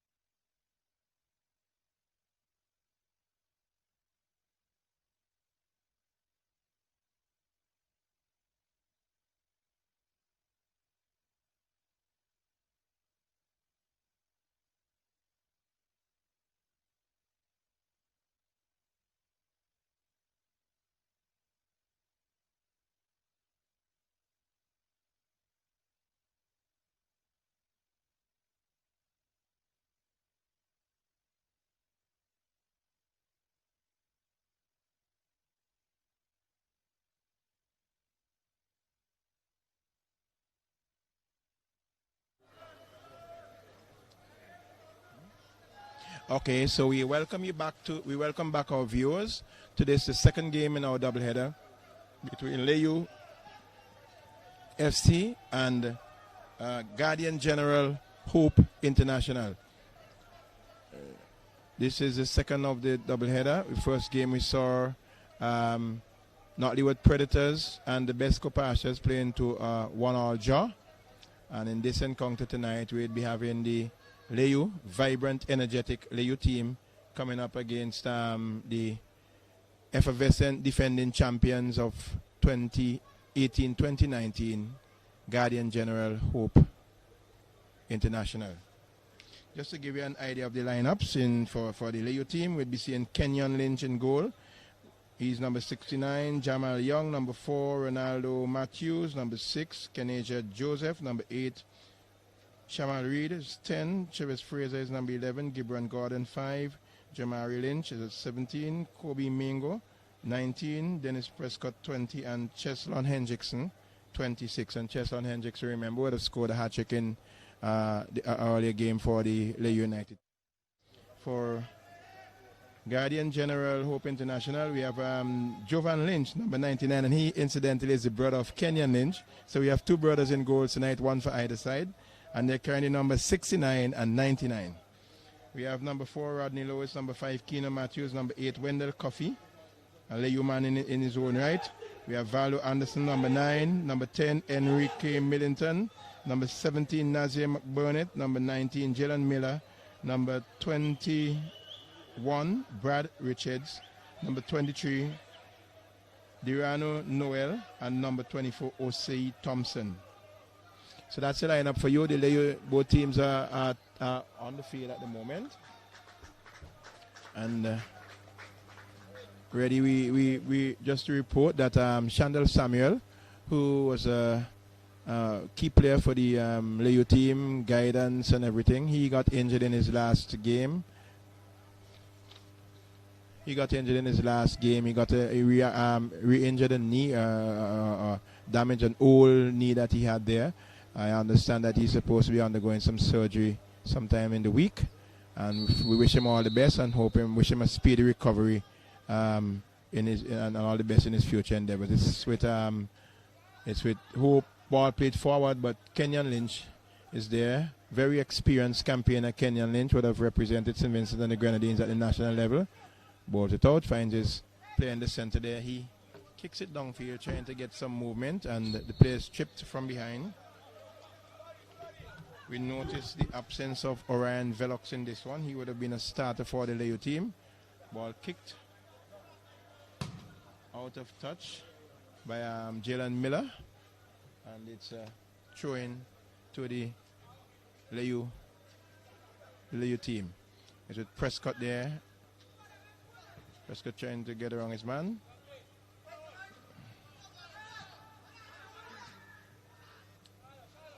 Ball into touch.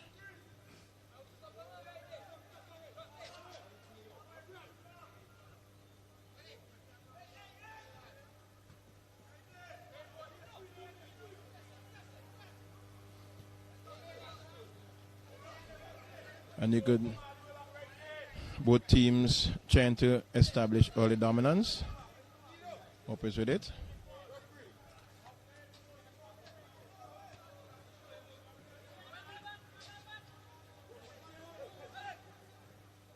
Hope with it.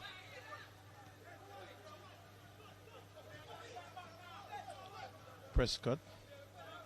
Shielding.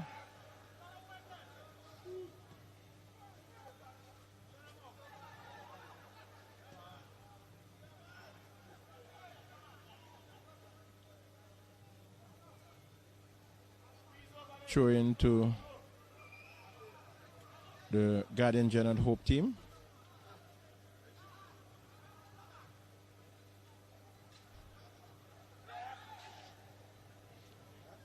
Infringement over on the far side. It's a free kick. Actually, it's a goal kick. A goal kick to the Guardian General Hope team. We have back with us Khalil, who went to refresh his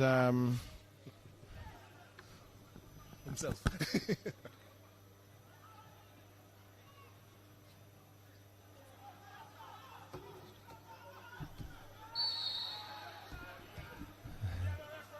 free kick to the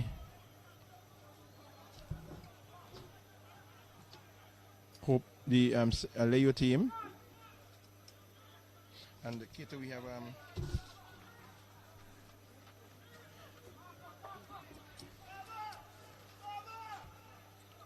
we have two players lined up behind it there. We see looks like Chivas Fraser, but he's now moving in. And he is leaving it there for the number 8 man there. That's Kenija Joseph.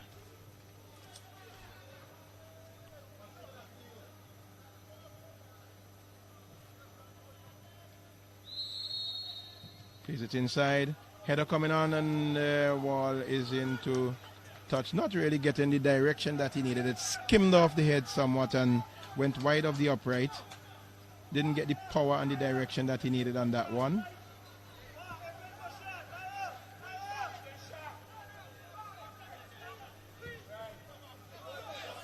Ball played forward. Gibran Gordon there in contention. Is fouled by Valdo Anderson. And it's a free kick to the LAYOU team.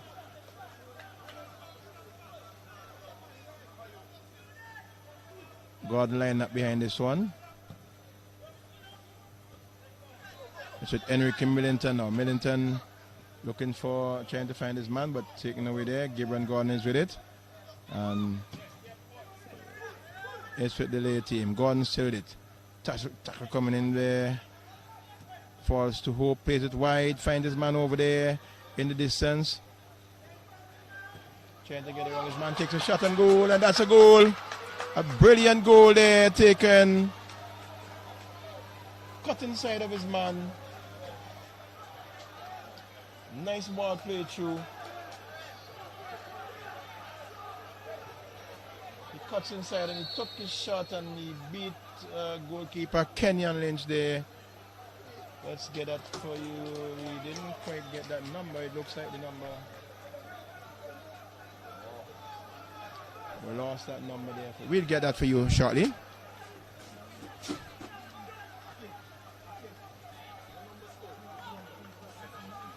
Right. So, that's Nazir McBurnett. Nazir McBurnett, the goal scorer for you there in the 5th minute of play. Nazir McBurnett in the 5th minute of play. And already the Guardian General Hope playing like true champions, stamping their authority.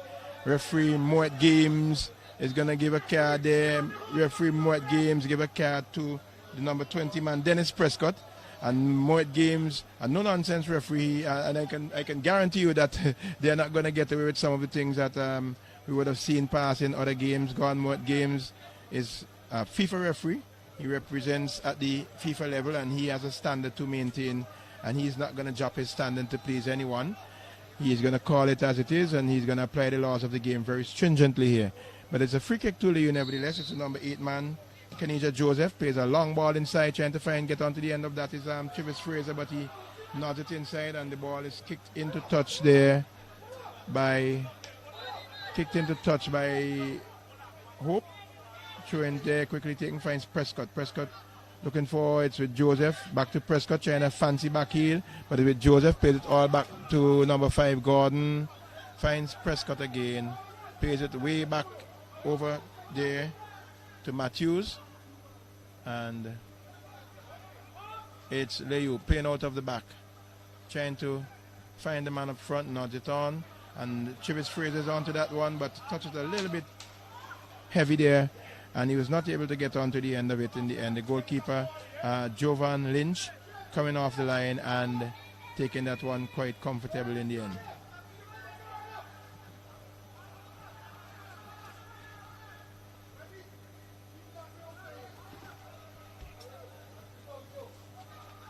And I was making the point, Kato, that we have 2 brothers in goal. Jovan Lynch and Kenyon Lynch. Okay. And look at their numbers. 69 and 99. Because when I just came and looked at the sheet and immediately saw Jovan Lynch's name at number 99, and then heard you mention Kenyon Lynch. I said, wait, no, it's Jovan, it's not Kenyon. Both of them, right. 2 brothers. Makes sense now. And both of them would have represented St. Vincent at the national level. Jovan at the younger age group level, Kenyon at the senior age group level. So it's Hope with that one. Guardian General Hope trying to come out of defense there. Gets it, kicks it forward, but chest off, finds Richards. Captain Brad Richards plays it wide over, finds McBurnett. Nazir McBurnett is with it. Nazir McBurnett plays a long ball forward, trying to get onto Valdo Anderson. He's onto the end of that. It's good dangerous on Valdo Anderson. It's a post. Valdo Anderson there, getting on to the end of that one. Taking a shot. It's shot the goalkeeper's best friend. Replay coming here. It's with Nazir McBurnett. Plays a long, nice searching ball forward. Finds Valdo Anderson. Valdo Anderson. Oh, actually, it's a defender there who got a boot in. Gibran Gordon. Unfortunately for him, the goalpost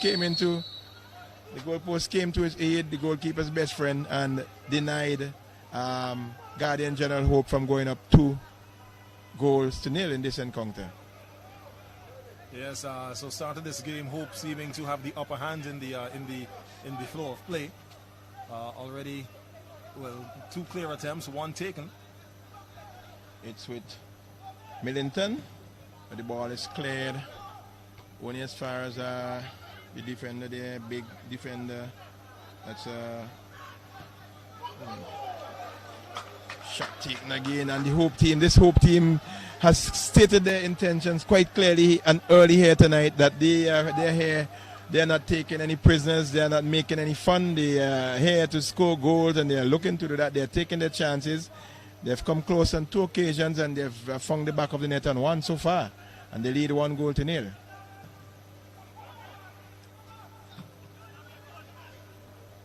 It's with LAYOU. Number 10 man, Reed, plays it forward. Trying to get Hendrickson and Fraser up front there, but cut out. Keno Matthews with a tussle, and players getting to his feet now.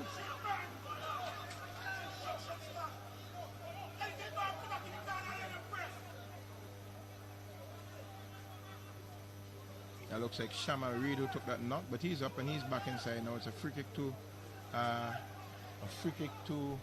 LAYOU. The number 8 man there lining up behind this one, Kenija Joseph. Ball whipped inside, and header coming. Defender for Hope getting a head onto that one and knocking it into touch, and it's a corner kick to LAYOU.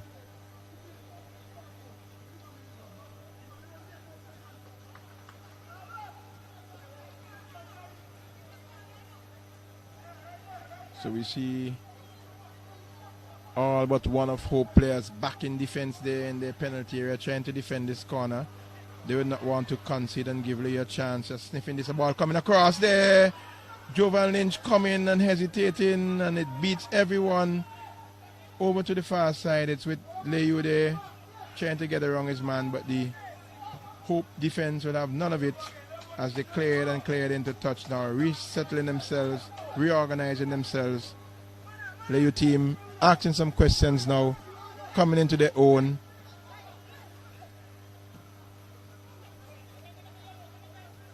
It's with Hope. Captain Richards played wide, trying to find Matt Burnett. Matt Burnett is with it still. Matt Burnett plays it forward there, playing it on his man on top. A nice back heel there to Matt Burnett. Gets around his man, but not able to keep it in touch as LAYOU defender gets a foot in and knocks it into touch for throw-in. Plays it across, but it's Hope with this one. Valdo Anderson finds Matthews, Keno Matthews finds Millington. Millington there trying to get inside. Millington looking for a tackle coming in. Brad Richards there, another tackle. It's a shot taken and blocked. And LAYOU come over with it now. It's with Prescott. Prescott cuts inside his man, plays it inside. Finds his player there. He plays it forward. This could be dangerous there as Lynch comes off his line strongly there and averts any danger with a sliding tackle there. Knock that one into touch ahead of the advancing Chivis Fraser and Cheslon Hendrickson, and the ball is into touch for throw-in. It's with Hope. Hope still with it. Hope still with it. Matt Burnett there turning his way nicely out of trouble, but the ball is kicked onto the body of a LAYOU player, and it goes into touch for a throw-in. 1-0. 1-0 in this encounter. A goal scored by Nazir McBurnett in the 6th minute of play.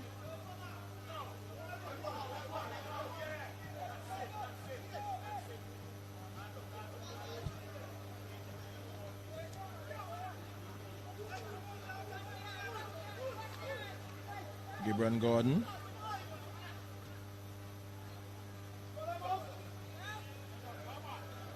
Ball is into touch, trying to find some fancy footwork there. Keenan Matthews with it.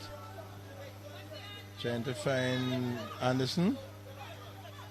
Is it the number 19 man plays it through there, and the speedy Fraser is onto this one. He gets it wrong. His man skips nicely. And it's the equalizer coming there. It's the equalizer coming there for LAYOU. And one of the things one have to observe with this LAYOU team, they have very speedy strikers up front. You don't give them a whiff. You give them a whiff, they're going to put the ball in the back of the net. And that's exactly what happened there. The ball is played through. And it looks like, is it Travis Fraser? Number 11. That's, yes, Travis Fraser. Travis Fraser indeed. Got away from his man there. Speedy Travis Fraser, known in athletic circles for the sprints, the 100s and the 200s. And he really brought that to bear tonight on the game. Got away from his man. Got over, skipped the goalkeeper nicely, and was able to play it into the back of an empty net. He didn't even have to touch that one, Khaled. It was heading directly into the net. Yes, of course. But he gave it that touch just to make sure. Yes. Never be too safe. So it's 1 goal apiece here in this epic matchup between Hope International and LAYOU FC. We also remind you that you can see these two teams going at it once again, this time not for points, next Sunday right here at the Victoria Park as a part of the Jingle Ball event. There you'll be seeing 3 games. We have Hope International against LAYOU FC, these two teams that are playing right now. The second game will see the Police versus Prisoners. And then the third and highly anticipated matchup between the Celebrities and the Politicians. And of course, fans here at the Victoria Park would also get the opportunity to kick penalties for cash against former goalkeeper and now member of parliament here in St. Vincent and the Grenadines, Fitz Bramble, as we see a shot there by number 10 for LAYOU FC, Shamal Reed. But it goes low, comes with not much pace, so it's a comfortable collection there for Jovan Lynch.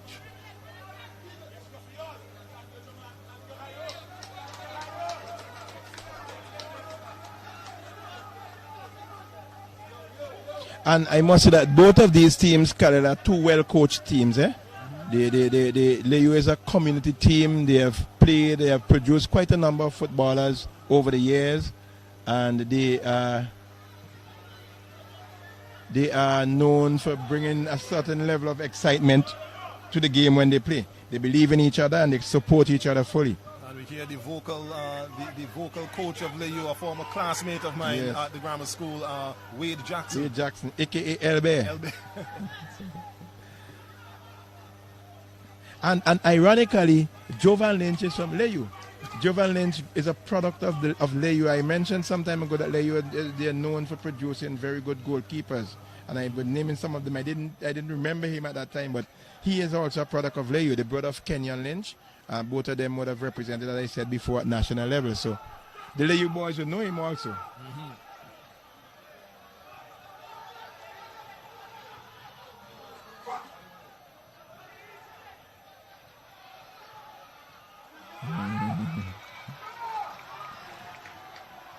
Trouble there as Travis Fraser again over on the far side. Travis Fraser is going to run him.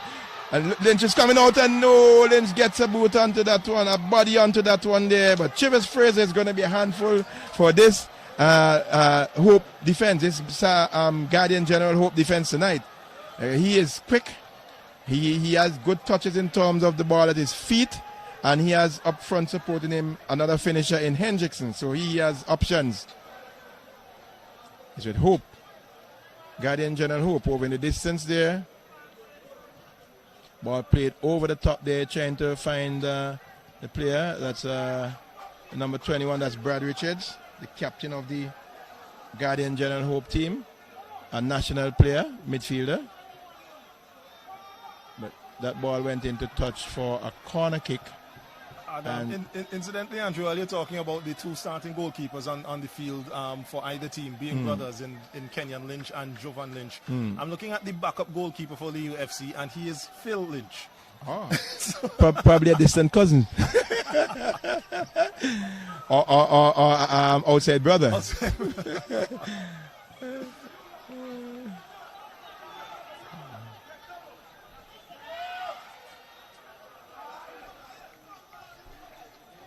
Goal kick to the LAYOU FC.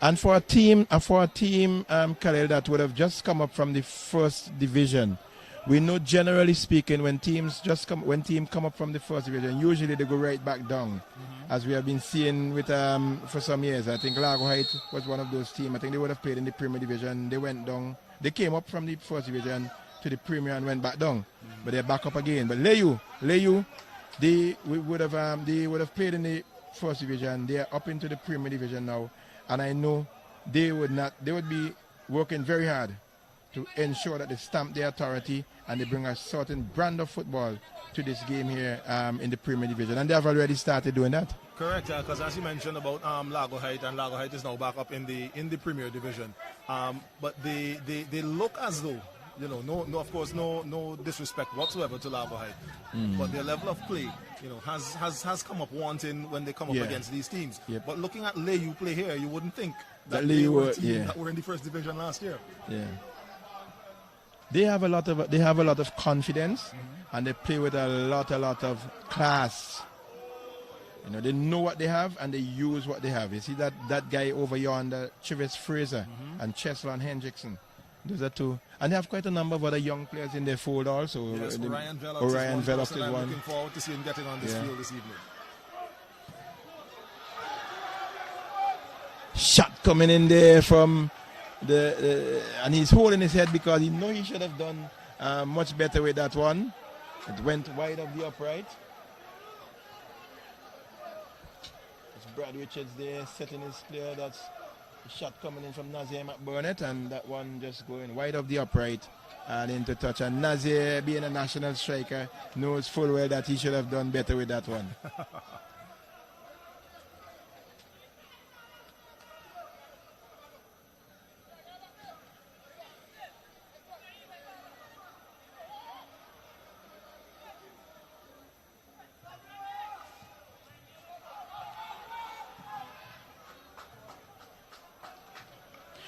And in with the LAYOU team, Khalil, there's some teams that would take a chance and play it back to their defense to ease off some of the pressure, especially when they can't get a build up front. You can't do that with the LAYOU team. When you play it back to your defense, those strikers are right on you before you get a chance to even control. That's right, because by the time the ball leaves the foot of the defender and before it gets to the hands of feet, because the goalkeeper can't touch it, of Hope International, I'm guaranteeing you that Travis Fraser is already in second gear. Headed to get that. You can't afford to make any mistake at all, you know. Ball blocked there. Coming back to Keena Matthews. Keena Matthews going inside, looking for some movement. Plays it across, but cut out there by the LAYOU team. Ball played across to Prescott. Prescott is inside. Prescott cuts inside his man nicely. Prescott there is bundled over, trying to buy one. The referee playing the advantage. He's not going to get that. Not today, not next week, not next month.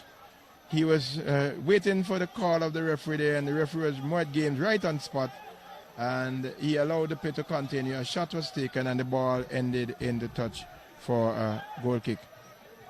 And now we see Prescott down on the ground. Let's see, the referee is going across.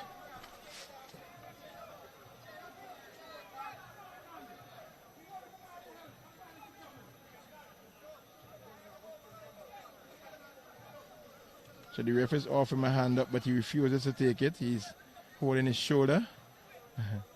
And one of the things I learned as a referee when we refereed, right? They would tell you when you go to the players, and in cases like that where you know you really almost certain that the player is just trying to buy some time. You go to them and you ask them, are you staying or are you going? Should I call the medic? And most times they don't want to go off. Right, so they would get up quickly. So no referee stand, they get up quickly and they continue with the game, you know. So that's stoppage. Okay, the game has restarted. And it's with Hope in the distance. Burnett plays it across. Okay,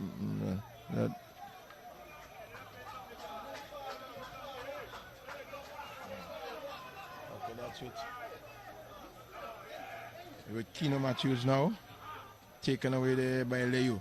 Taken away by LAYOU. It's the number 11 man, Chivas Fraser, switching over to this side now. And that's the next thing I observe with him. He can play on both sides of the field. He would switch when he figure he has enough of one defender or they get the measure of him. He will switch to the other side. You know, he plays in tandem with Orion Velox, but Orion Velox is not starting tonight's game. I don't know if he's carrying an injury or probably a case where, I mean, somebody would have stepped up in practice and the coach in terms of tactics would have used a different player. Or maybe it could be a case where, and now that I'm starting to talk, I remember one Vinci Heat game. I can't remember who we were playing against, but there was a player who was fairly hefty, right? Who was making runs basically for almost 3/4 of the game, right. down the wing, and really wearing out the defense, defenders down right. there. And then they made a switch, they made a change. St. Vincent took off that hefty fellow, right. And can't remember. I don't know if Azina was Solomon was the person they brought on, but the player who came on was a speedster, right? You know, so and took advantage of all that work that would have been done. Basically tired from trying to keep up. From trying to stop the tank, right. And now they had to deal with a Porsche. Right. so maybe it could be a case where they're gonna let probably Travis, work at these guys, and then bring on Orion when they're tired. Orion himself, as you say, is a speedster. Yeah, he's a speedster also. Yeah.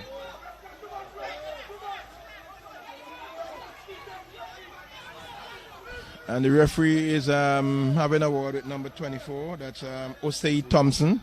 Yeah, it's the second time he has broken up a very promising attack, and with a foul, just deliberate foul, and the referee has told him that no, he will not have any more of that. So I guess if he continues, he'd be into the referee's book.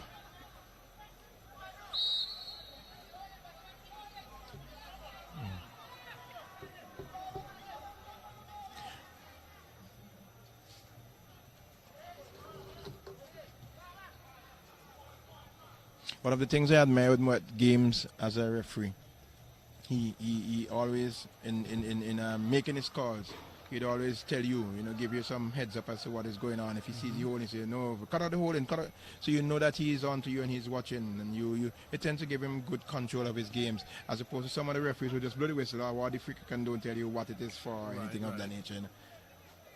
And that gives him good control of his games also. Because the players know that he's on to them and they know what he's seeing and so on,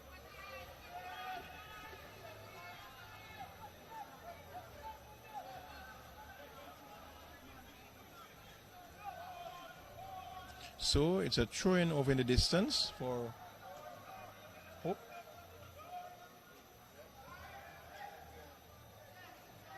It looks like Rodney Lewis there taking that one. Ball is inside, nodded away by Gordon there, right onto the boot of the player there. Thompson's with it now, takes it. No. Enrique Millington, shot and goal there, and good the LAYOU defense there. The defender there, throwing himself at that shot and blocking it with his body. Deflected off his body and into touch for a corner kick.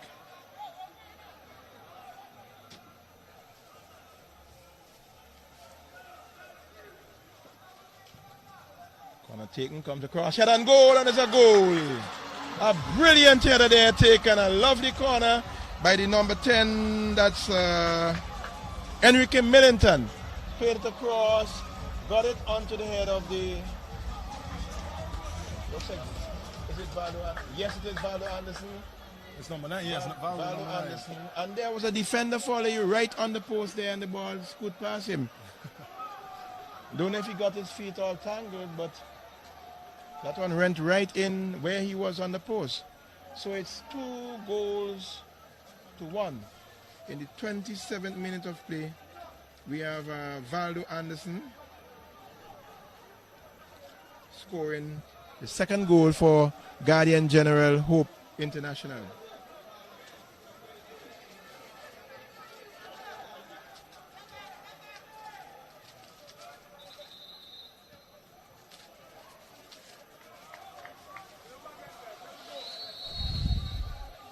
Players just started and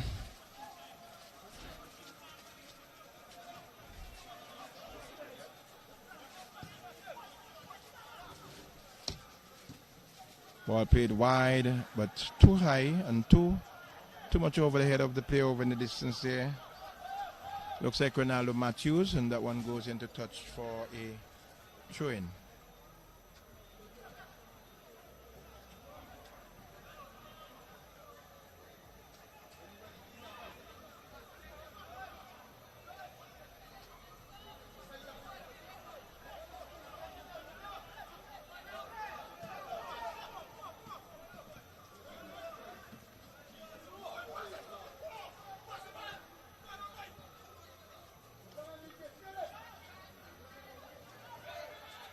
Jalen Miller there shepherding that one, and the referee is indicating that's a corner.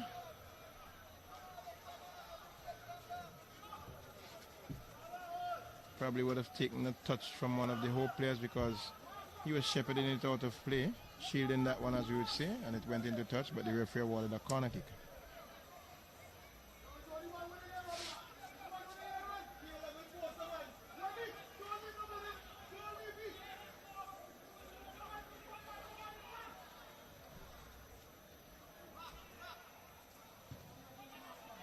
Here comes the kick. Enrique Millington heading that one away from the goal. It goes out of on the other side, straight across. It's a throw-in for LAYOU FC.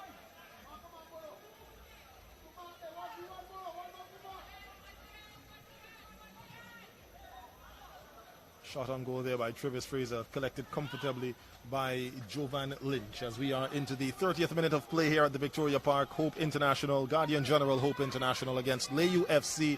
Your score 2-1, and just about 30 minutes gone already in the game. The goals for Hope coming from Nazir McBurnett finding the net first, then Valdo Anderson with the second. I think that would also take his goal tally up to 4 in this competition. And Travis Fraser had equalized before Valdo again put Hope International up 1. Khalil Cater here with you alongside Andrew Bramble as we continue to bring you live coverage of the National Club Championships SVG Football Federation here at the Victoria Park.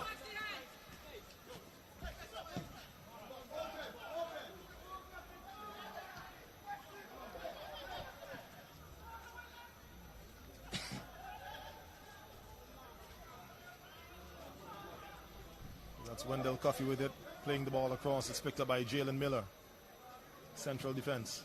He plays the ball wide to Keno Matthews, who makes an attempt to get it to his number 24, Osei Thompson. Lost possession, but Hope K gets it back. Anderson.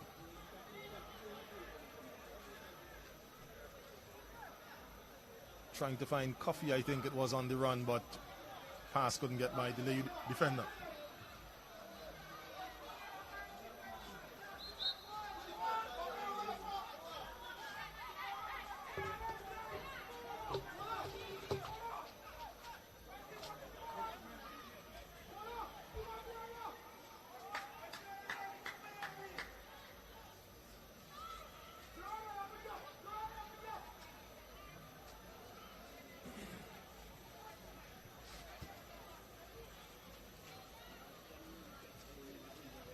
So it's going to be a free kick.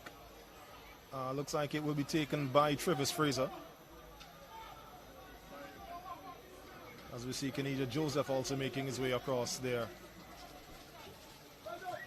Just offering a bit of advice, and then he runs back into the penalty area. So it's Fraser to take the free kick. And it's taken a long search and kick, headed out by Hope International. And then booted out, picked up by Gibran Gordon in the LAYOU half of the field. He plays the ball across to Jamal Young. He brings it across this half line, plays it forward. It's Travis Fraser along with, I make it number 26 there, that would be Chelson Hendrickson. But the Hope defender managing to, Jalen Miller. Yes, win that battle. Actually, it's 25. Is that 25? 25, 19, wasn't Well, 19? Miller is 19, but Yeah. he was, it's 23. 23, Okay, 23. so Derana Right. Noel They're on Noel. coming out trumps there, and with a sore hand to boot, but prevented any unwanted approach toward the goal. Corner kick for the UFC.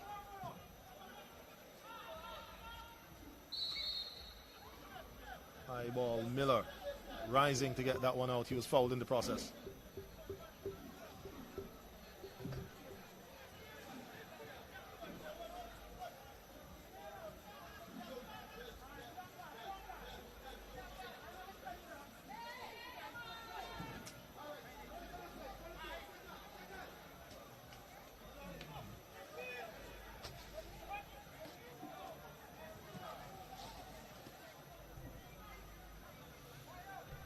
There's Hope International with it. Wendell Coffey plays the ball back to his goalkeeper. Jalen Miller.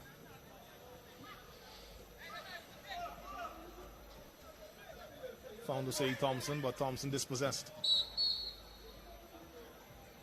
And good, very good application of the laws there. He was fouled.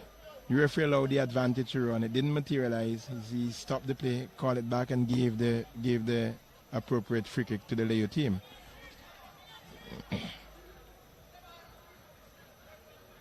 So it's Jamari Lynch with that kick. A long searching one.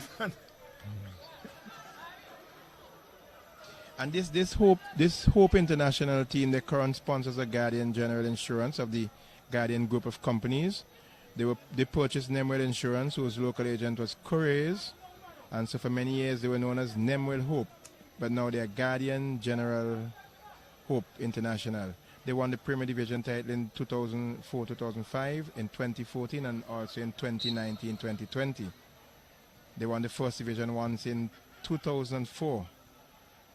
And at that time they were allowed to have a Premier and a First Division team. Enrique Middleton and Brad Richards have been with the club since youngsters. Brad emerged as the club captain and a mainstay. He plays on the senior male national team. Enrique Middleton was last season's player of the season. We have quite a number of persons we see in the coaching staff. Paul Farrell, Dwayne Denny, Kenson Stoddard, Osbert Richards, Akin John. These were all part of the Hope squad, but they are now into coaching and are helping to mold this young and energetic Hope team that we see out on the field of play here. So that's good to see that these players are giving back some of their service to the development of their team.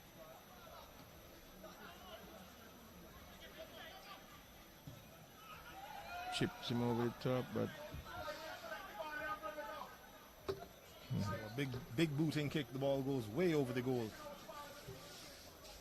As we see some sprinkles coming down from the heavens here this evening, here at the Victoria Park.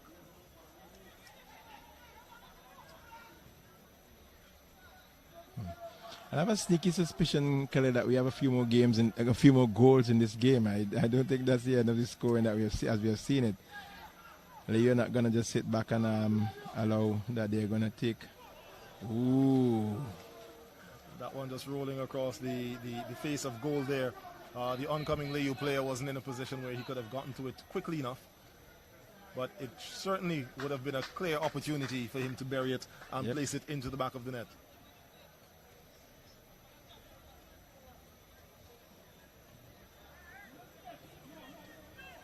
That would have been Shamal Reed. It's Valdo Anderson. Dispossessed there by Gibran Gordon. Gordon finds Dennis Prescott, captain of the UFC team.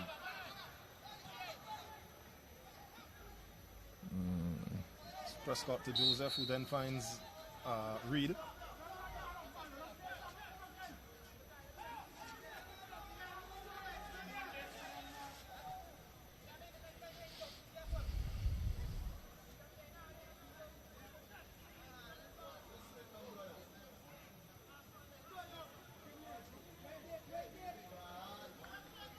So Miller looking around, doesn't find a comfortable target in front of him, so he takes it back to his goalkeeper. And as you mentioned, Andrew, about the playing back, as soon as Miller played that ball back, the entire LAYOU team started to press forward. Yes.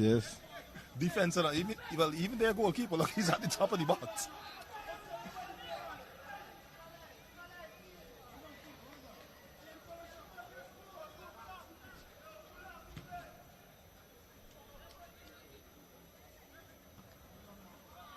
So high kick dealt with comfortably there by Hope International.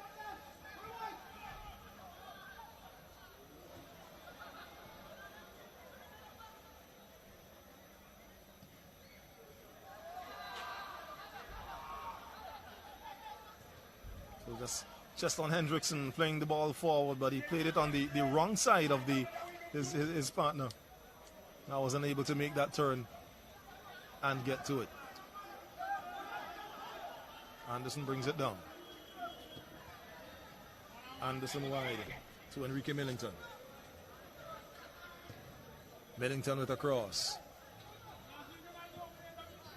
Beats all the men picked up by LAYOU FC. It's now with Dennis Prescott.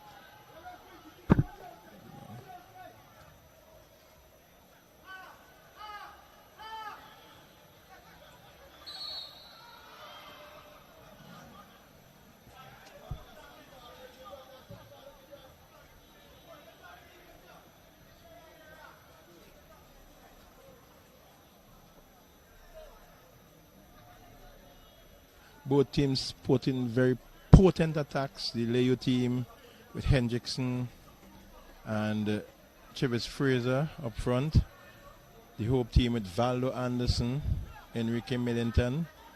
And they have other support from their midfield players. Similarly, the LAYOU team, they have other support in Dennis Prescott and among others who can easily put that ball into the back of the net. So we are in for some very good attacking game play here today. We have seen some of it so far, and we expect to have some more before this encounter ends.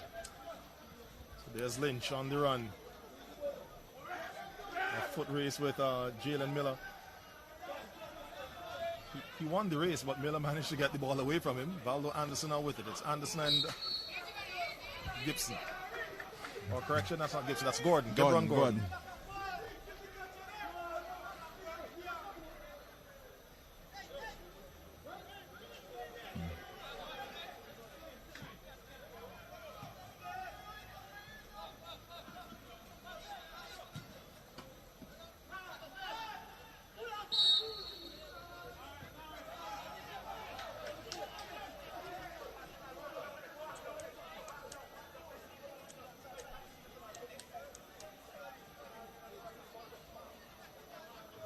Free kick given to the UFC.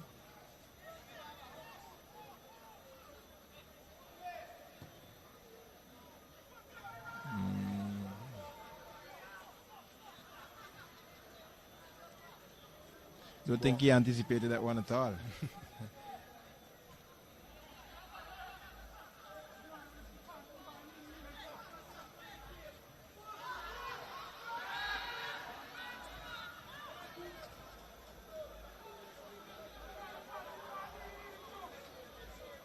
Calls for the penalty there, and I think that players tend to, well, as you say, play on the emotion, but once they tend to see their teammate fall in the box. As we see, Hope International has a man down.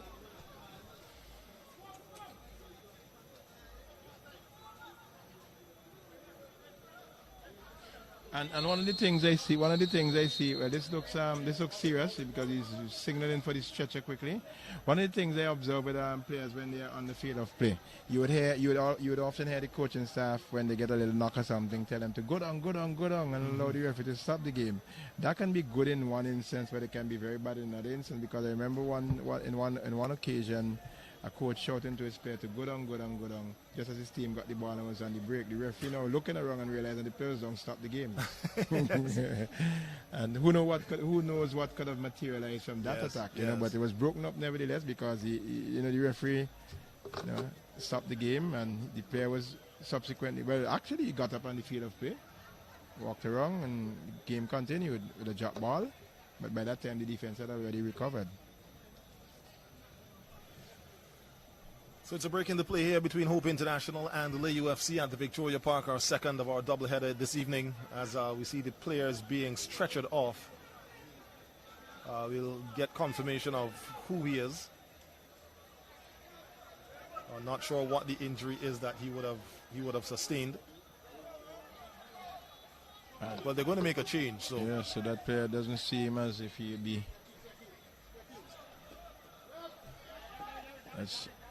So Tevin Thompson is going to be coming into the game, number 16, as we await for the fourth official signboard to indicate the number of the player who will be coming off as the ball, a big kick, goes out. So it's number 24, that's Osei Thompson, who picked up that injury.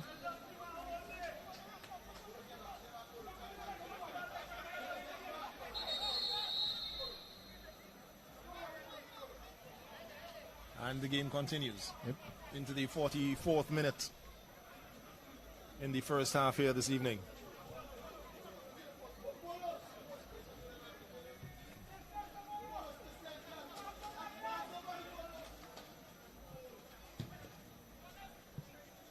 A long curling ball with that one destined to fall out of touch and goes behind the goal for a goal kick for Guardian General Hope International.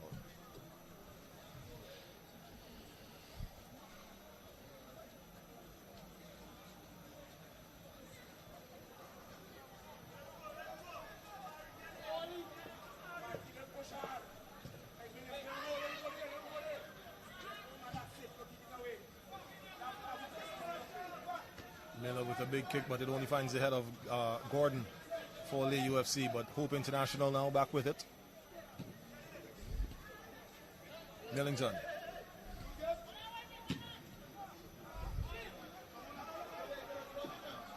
Millington with a searching ball from Wendell Coffey, that is, with a searching ball. So it's picked up by LAYOU FC. LAYOU FC now on the counter.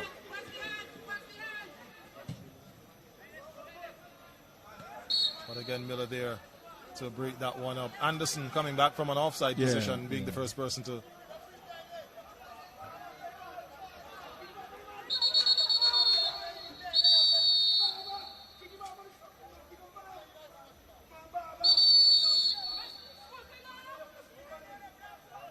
You know, I've never understood the as we see the. So it's going to be 1 minute of added time, injury time to the end of this first half. I've never understood the concept that I see most times in football generally, not just locally, but even internationally, where the referee makes a decision, says it's a foul, and or an offside in that instance, and then the players now are either arguing or trying to it seems as though trying to sway the referee to change his decision. Yeah. I've never seen a referee change a decision. I've said it in the game before. I said it in the first game. No amount of selling, the referee not buying. Well, we saw one some nights ago where the coach of the team actually swayed the referee's decision, but that's another story for another day. So there's the halftime whistle here at the Victoria Park in our second of our doubleheader here this evening in the Premier Division National Club Championships between LAYOU FC and Guardian General Hope International. A fairly balanced play. Yep. Especially from the start. It's been action-packed and high intensity from the first whistle. Nazir McBurnett opening the scoring. And then the equalizer coming from the boot of Travis Fraser. The well-played ball. And then Valdo Anderson again stepping up to put in the 27th minute. That was Valdo. Valdo was in the 27th. Nazir was in the 6th. Right. And Chivas was in the 14th minute of play.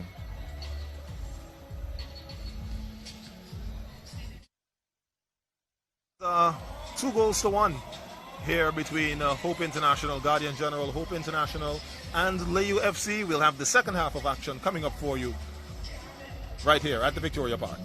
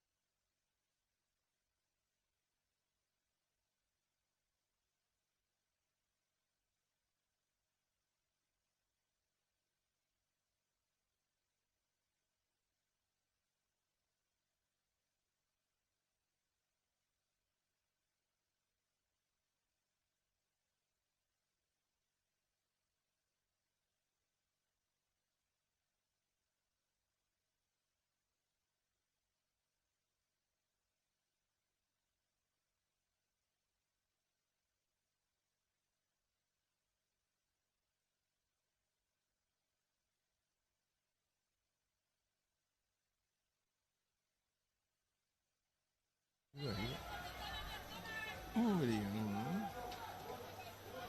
All right, so we are back here at the Victoria Park. Viewers, the SVG Football Federation National Club Championships. Khalil Kato, Andrew Bramble here with you, taking you through this second half of the second doubleheader this evening. LAYOU FC, Guardian General Hope International. We're about to kick off the second half of play. Your score as we get ready to recommence this evening, 2-1 in favor of Hope International. And it's been a very highly competitive, intense game so far, especially the first half. The ebb and flow of the game fairly balanced. The scoreline, however, not balanced. It's in favor of Hope International as we hear more at games. The referee with the whistle to signal the start of half number 2. And Rodney Lewis starting out the half there with a foul. Quick free kick taken. Long searching ball trying to find, Travis Fraser as well as Jamal Young, both on the same wing. Well, Jamal Young is actually the defender who went up on an overlap.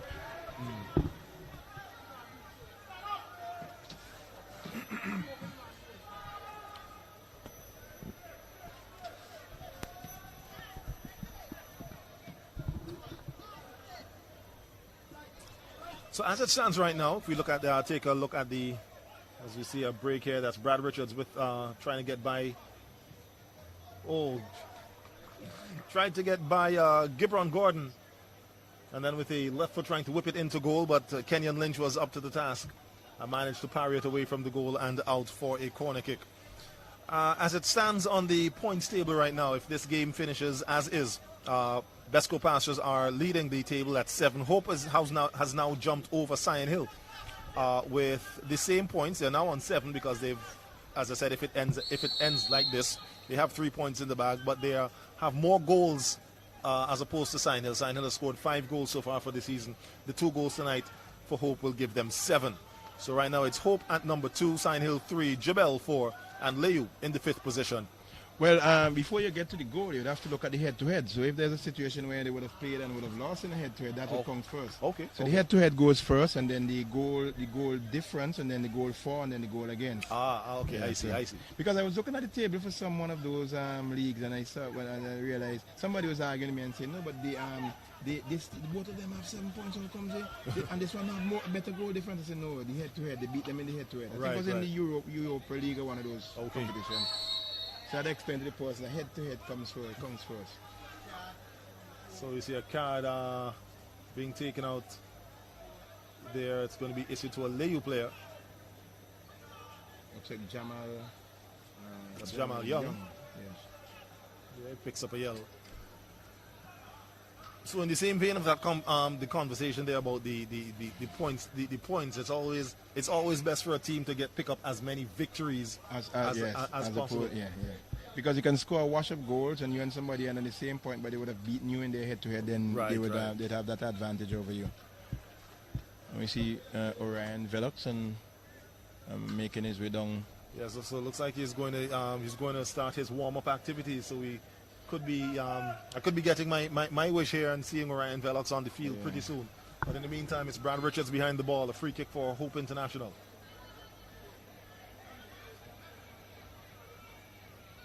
The referee just telling the players to maintain the order before the kick is taken. There's the kick. Goes straight for goal. Makes Lynch, Kenyon Lynch that is, bringing him to his right. Well, to his right. And having to punch that one away for a corner again. So the corner to the Guardian General Hope team. Coming across field. A low one there. Ball is bubbling in the area, but the LAYOU defenders getting the better of it, clearing it away momentarily. Guardian General Hope is ready to over in the far side. Gets around his man and takes a shot and goal. As we would say in local parlance, a powder puff shot. I haven't heard that term used in a long time. Powder puff shot. That one coming off the foot of Wendell Coffey. Yeah.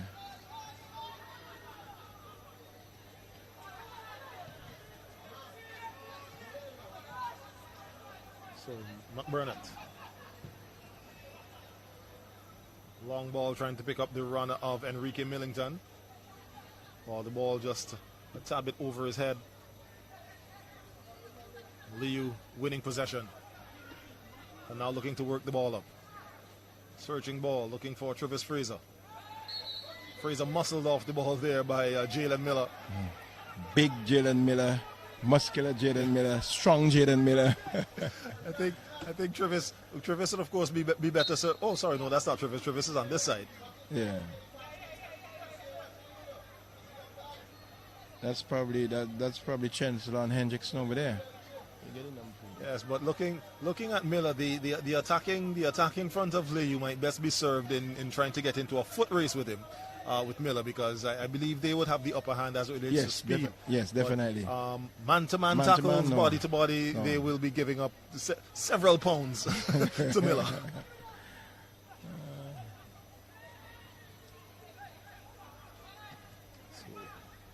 It's LEEWARD with it, a flick on there. Ball played through now to Travis Fraser. Ball over the net. A brilliant goal there by Travis Fraser. Oh, and somersaults there. Acrobatics there. As here we see the ball seems to have been played through there by Shamal Reed. Got the angle perfect for Travis Fraser to pick it up. And you were just making the comment, Khalil, that it would be better to get into a foot race with Jalen Miller. Well, they did get in a foot race with the other defender on the other side this time, and he was outpaced by Travis Fraser. Goalkeeper Lynch coming halfway, not being able to commit fully, and Fraser placed it nicely over his head into the back of the old onion bag. That's right, to equalize here this evening. So our fantasy points table that we were discussing just now moves from 3 points in the bag for Hope International now to 1 apiece, as we have, it's 2 goals for Hope, 2 goals for LAYOU FC.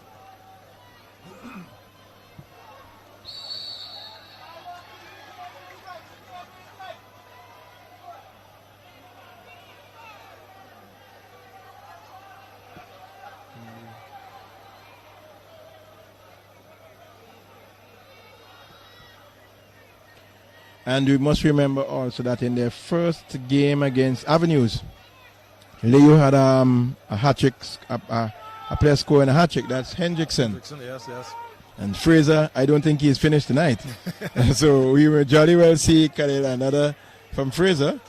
But the LEEWARD team, they're really pressing here. It's a good game so far. Really enjoying this game so far. Indeed. And just an adjustment to the stats there. That assist came actually from Mingo, Kobe Mingo. The number 19 is who played the ball through. There's the kick. It's hits the back of the LAYOU player. I think that was Fraser. Caught him on the back of the thigh. So Fraser now with it. And he's bundled into the ground there by Brad Richards. And he's going to get a yellow card for his efforts. Yes.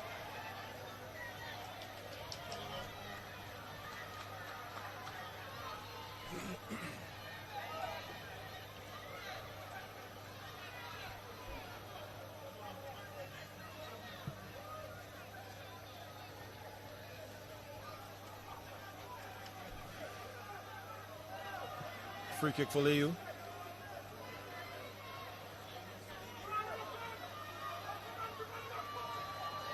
As we see, LAYOU has a free man in number 17 there, Jamari Lynch.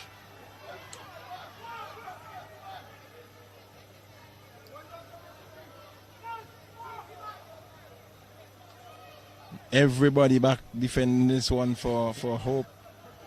All 11 players in the penalty area. That's right. As the referee just taking his time. Having a word with the goalkeeper, probably okay, something was said. And he'd have none of it.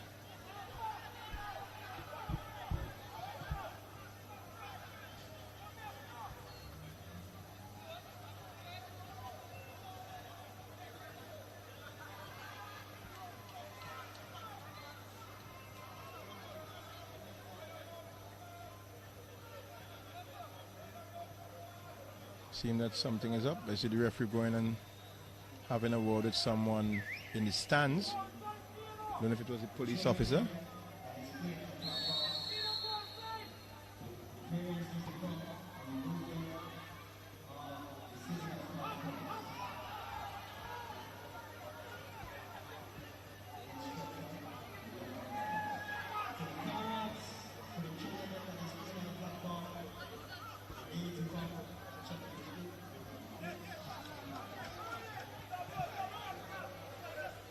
Nazir McBurnett gets the cross in.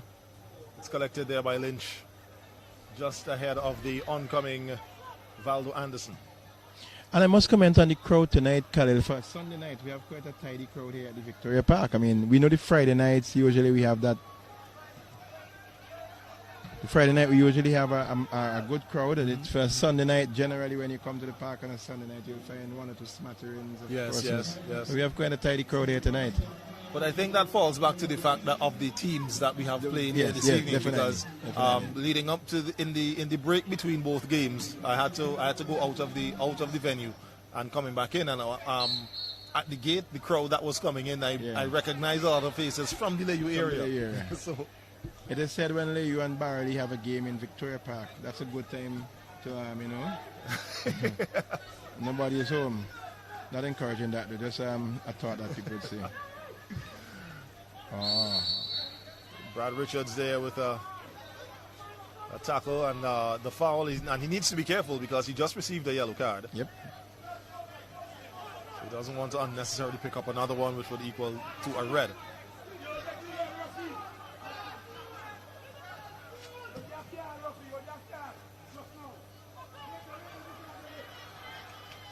Jamal Lewis trying to work that one around the defender. Didn't manifest enough power on that one to get it past the Hope International defender. There we see it's a foul. Again on LAYOU, on Travis Fraser. To be exact. Free kick just outside the penalty area. And we see Velox getting ready to come into this game, so you're going to have your wish, Khalil. That's right, and could we see a beautiful one where we might have Velox and Fraser on the field at the same time? So we wait to see who he'll be going on to replace. That would be something to behold. In the meantime, Hendrickson looks like he's going to back away from that one to leave it there for, make that out to be number 20, Dennis Prescott, the captain, taking the responsibility for this free kick.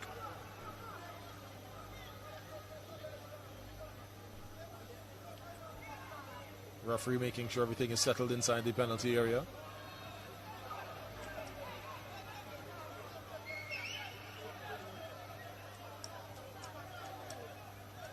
As we see, he's now pulling aside Keno Matthews and Kenija Joseph, having a word with them about their activities. As we're about to see a change for Hope International. They're going to make the first change. It's number 10 to come off number 7. That's Cameron Osmet will be going on. Enrique Millington. And he'll be replacing Enrique Millington.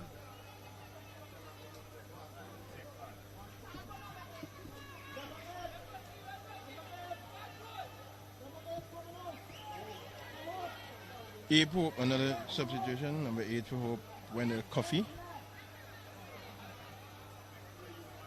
Wendell Coffey is out. We have Koshari Lewis, number 6. And number will be 6, going in. Koshari Lewis in.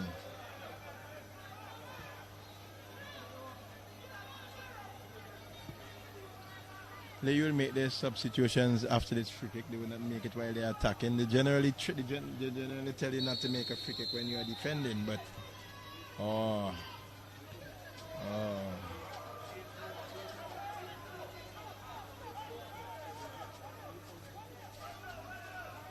good thinking there on that free kick, though. Everybody was looking for it to be whipped into the box, but he hooked it back on the top of the D. Didn't get the kind of bounce that he needed, the roll that he needed, so he couldn't get off the shot as expected. There it is, Valdo Anderson working there against Ronaldo Matthews. Matthews resorting to having to use his hands to pull Anderson back.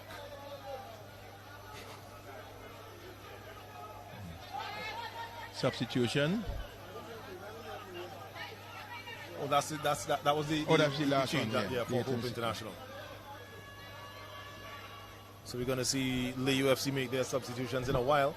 In the meantime, they are lining up for another free kick to be taken by Brad Richards, Hope International. The captain behind it. Goes straight for goal. That's not gonna. Goalkeeper.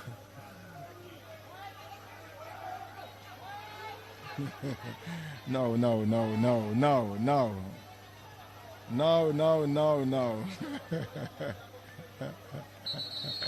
Unnecessary action again, but And the referee allowed them to have their time, and then he's going to have his time now. yes, that's right. That's right. And I'm sure he's going to catch both of them.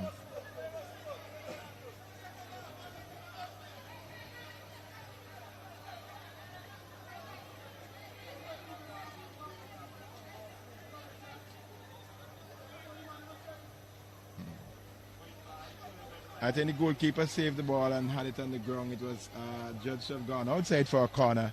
And the player from the Hope yes. team went and tugged it away from him, and the goalkeeper took offense to it. Yes, That's that's took offense to the way he was treated there. exactly what happened. The referee still trying to get all the players away from him, and both players are Both players, carded. yes, I suspected that is what would have happened.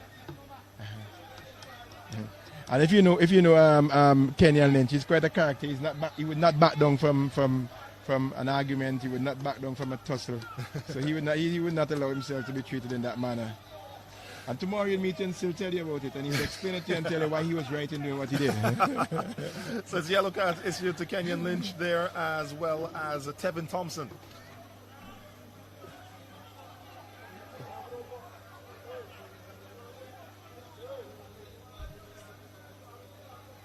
As LAYOU still waiting to make their substitution, the whistle blows. Here comes the kick. A big booming kick goes over the box, over everybody. Miller with the chase, but he allows that one to roll out of touch. It's a throw Wow, in. that kicker, like he was a little bit angry there, still upset over the decision a while ago. He took that, and okay, so we have a substitution. So the substitution to be made, it's Kobe Mingo to come out of the game, and he's going to be replaced by the speedy Orion Velox, number 9.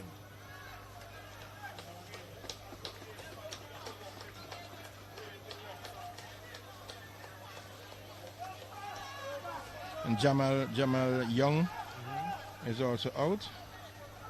And Orlando Miller is on to replace him, number Yes, 31. and I think that was a smart move in taking Young out. He was On a yellow card he already. was on a yellow card, and he was being harassed and harangued by Nazir McBurnett. So he might have fouled him and gotten a second yellow card. So Yes. So we continue here at the Victoria Park. It is 2 goals apiece here between Guardian General, Hope International, and LAYOU FC. LAYOU FC playing in the blue shirts with the pink strip at the top, pink and white. Hope International in red. Player just coming on, that's Osment. There gets a slight shove in the back and goes over.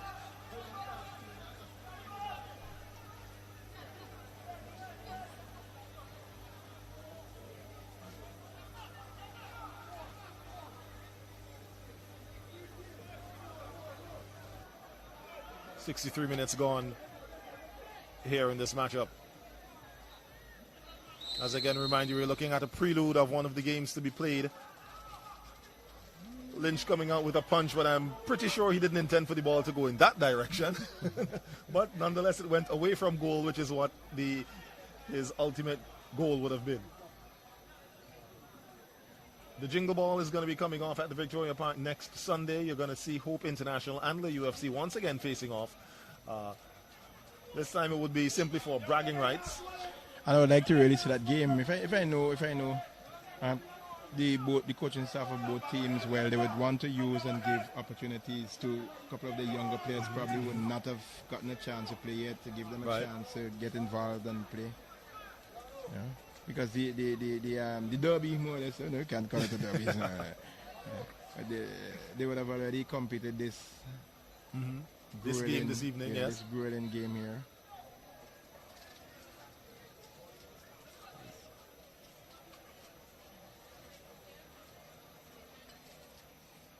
The referee is moving a spectator apparently from the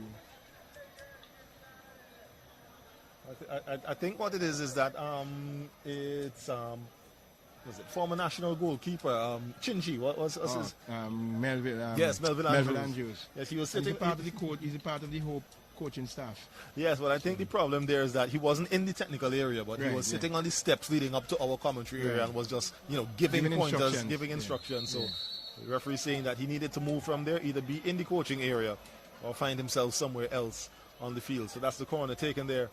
High header by Brad Richards. That one goes over the goal. It's going to be a goal kick for LAYOU FC. So again, the Jingle Ball, it's next Sunday right here at the Victoria Park. These two teams will be on the field again, and that will be the first game. They'll be followed by the matchup between the Police and Prisoners. That's right. That's the one I want to see. And that game is then followed by celebrities, local celebrities, of course, versus politicians and fans here at the park. Lucky fans will get the chance to kick for cash against former national goalkeeper Fitz Bramble. $10 gets you here inside the Victoria Park as part of the action. And I can tell you from being at Jingle Ball events in the past, you want to get here early. Yep. You want to get here early. It's a lot of fun. It's a lot of fun. And you don't want to be caught in the crowd trying to get inside for the event. So look out for that one next week Sunday here at the Victoria Park. Jingle Ball.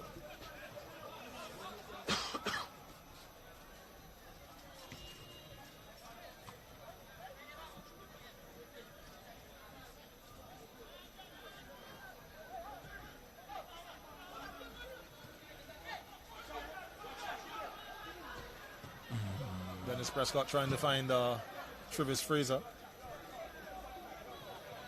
He's pressured there by Rodney Lewis.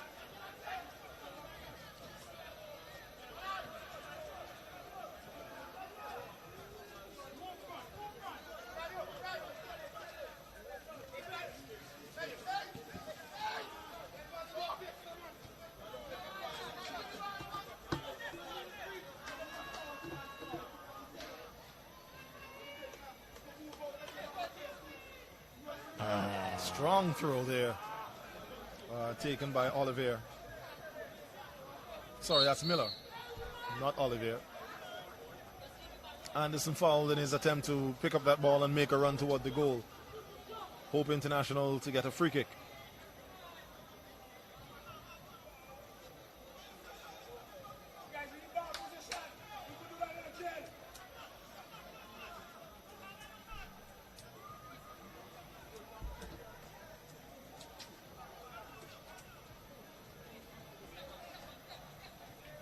Brad Richards seemed to be the free kick specialist for this Guardian General Hope international team. He has taken all of them so far. And even a couple of the other games he was the one lining up behind all of the free kicks.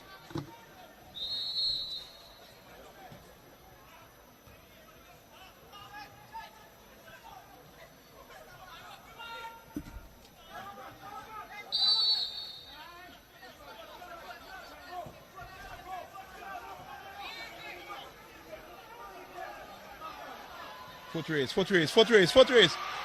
Oh, my word. You got your wish a while ago there, Kato. You got in a foot race with Miller and outran him. Played the ball across goal there. Got it wrong, Miller. Yes, there it is. Plays the ball across. Oh, the number's 20. Cheslon Hendrickson trying to do a nifty pass over there to Orion Velox. But the angle of the ball just betraying both of them. Almost could have seen LAYOU taking the lead here in this game. But once again, LAYOU on the attack. It's Velox with it.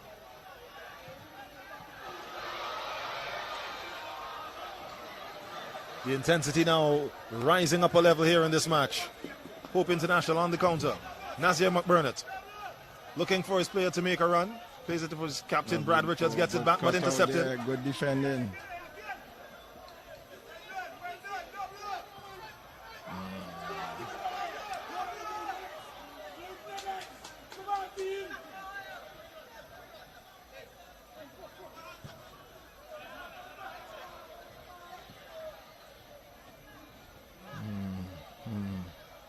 Anderson plays it wide for Osmet. Osmet now is going to look to swing this one in with his right foot. Actually turns on the inside and gets the ball on his left. but puts a little bit too much air under it. The ball goes over the goal. It's a goal kick. Actually for the took a US. deflection from a LAYU defender, Khalil. Also, it's a corner. Yes, a corner. Okay, Actually I took see. a deflection. The one was headed on target, and the defender got his body in the way. It struck him and went into touch for a corner kick.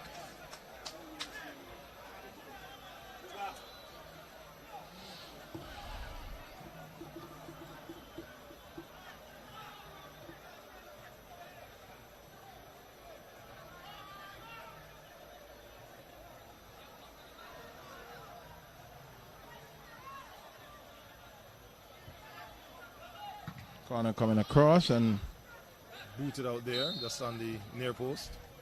with the number 4 player there for Hope as Rodney Lewis fouled. Committing a foul on the player for LAYU. That's Fraser.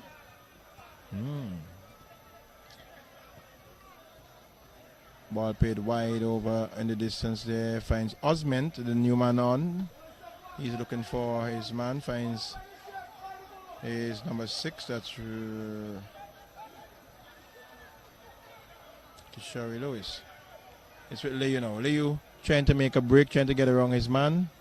That's Orion Velox over in the distance there. Velox there with some very nifty footwork there, trying to get around his man there. And he is bundled off the ball, but the referee saw nothing wrong with that. And He does, however, call this one. yes, one of the LAYU players coming in with a strong tackle there, committing a foul, and it's Hope coming in with it now. Ball played wide, ball. trying to find Matt Burnett. Matt Burnett trying to get around his man there. Blocked, vision blocked here. That is with Prescott. It's Hendrickson. Hendrickson gets around his man, finds Velox. Velox plays it inside, back to Hendrickson. Hendrickson is fouled there. This could be this one. Let's see what is going to happen there. Let's see what is going to happen there. Well, the referee has already He went has to already. his shirt pocket. Yes. And it looks like Miller. Jalen is Miller. Yes, the recipient of that yellow card.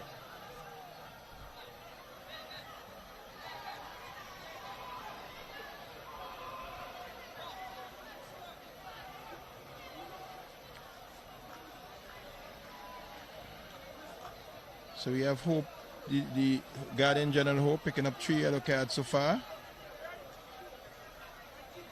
3. Richards, Miller, and Thompson. Thompson, yes. And for LAYU, we have Kenyon Lynch and Jamal Young getting yellow cards. And Young, of course, off the field, so Yes, so he has no chance of being on the receiving end of another one. well, you never know. He might be in the technical area. Yes, that's true. I remember me being utterly surprised to learn that you could be off the field and still still get receive a card. You can get a card after the game has ended. Yes, that's You can right. get a card before the game has started.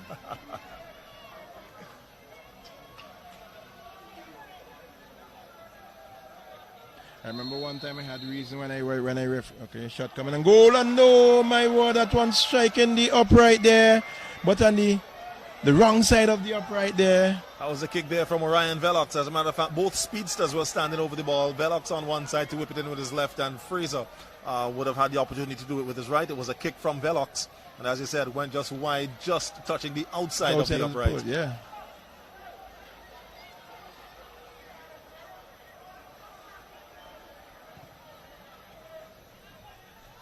Richards with it for Hope International.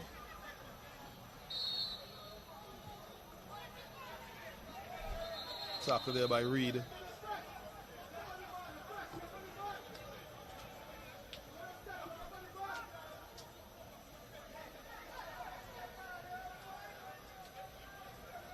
Ball in there for Anderson. Anderson gets the ball.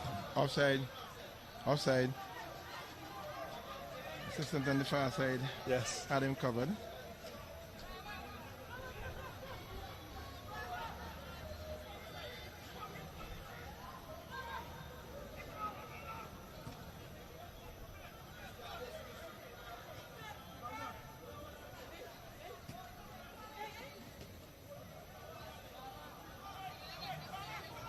So it's a throw in for LAYOU. As McBurnett touched that one out of the reach of Miller, who had was clearly going to try to get the ball to Travis Fraser. Brad Richards, captain of Hope International, with it. Ball now played down the left wing. McBurnett puts on the burners to get to it. He does so. Tries to cross the ball inside, but gets it only as far as the near post. But it was actually out of play, and it's a goal kick Out, to okay. it's a goal kick to the LAYOU team.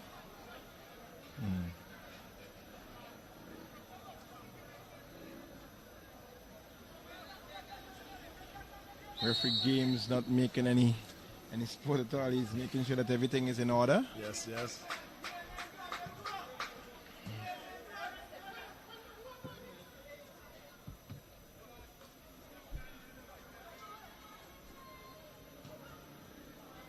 Lovely ball played wide. Took Osment over in the distance there. Controls. Trying to get around his man. Cuts inside there. Cuts inside. Still is Osment. And he takes a shot and goal. And goalkeeper Lynch there. Getting down low. Bubbling a little away from him. But he was able to grasp it on the second attempt. And before advancing, lurking on the doorstep, Valdo Anderson. Kicks it hard upfield, but a foul committed on. And why would somebody want to Miller? foul Miller? Why would he was tugging Miller's shirt? why That would Hendrickson. why would Hendrickson try to get on the wrong side of Miller?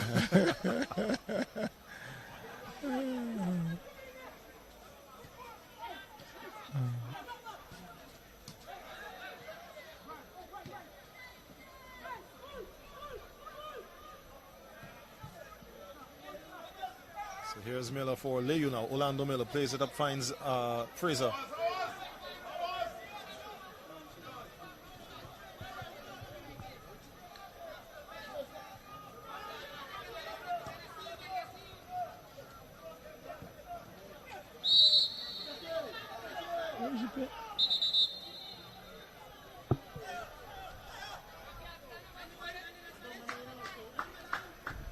A substitution.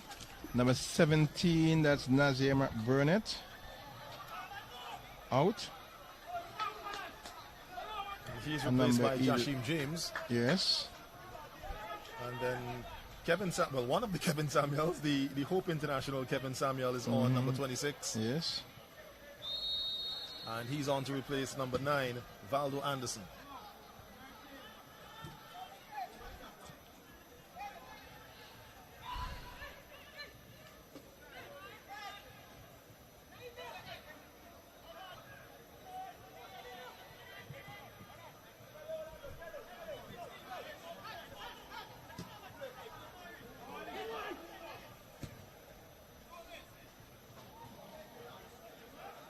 Jashim James immediately getting into the play.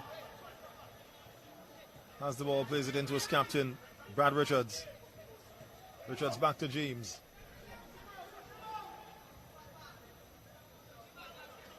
James dispossessed. Plays the ball forward, splits it by Rodney Lewis. Trying to shield the ball, but Fraser getting the better of him. Now Fraser is going to take a run at the defense. Mistake. And the shot taken, forcing a save there by goalkeeper Lynch. You Jovan don't Lynch. take those chances with Travis Fraser. You don't take those chances with Fraser. You play safe, you play the ball outside, you give up a throw if you have to give up a throw, and you recover. Yes, You don't have to indeed. shield the ball around Fraser. Because all he needs to do is get a toe to it and push it away from you, and then And is off to he's the off to the races. races.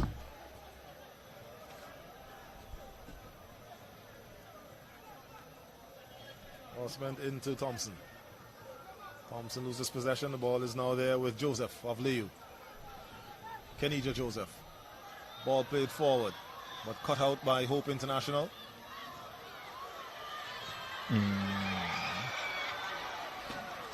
You seem to have quite a fan base here tonight, Kato. Yes, We indeed. are hearing the screams and the oohs and the ahs every time they touch the ball. And I think Prescott would have been better served with that one, probably trying to play it forward. He had Travis just off to his right, or probably trying to look back inside to see if he could get the ball in there. Yep. Wasn't that an angle he could have got that ball on goal? And the ball ended up in the audience at the back.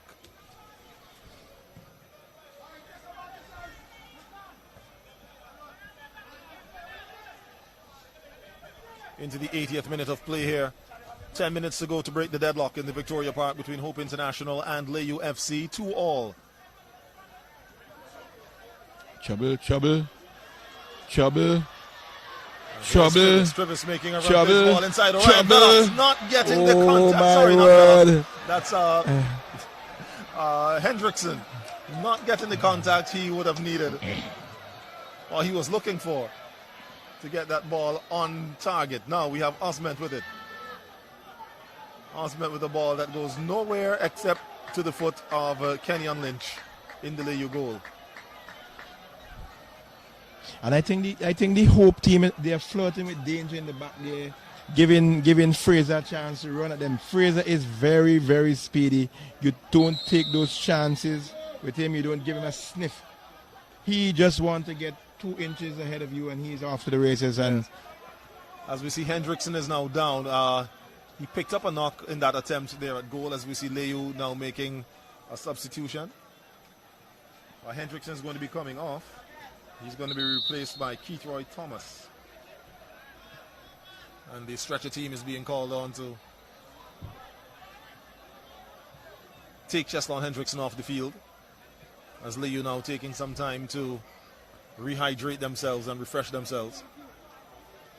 And we see Shandel Samuel, who would have been injured in an earlier game. He's now working as part of the technical team.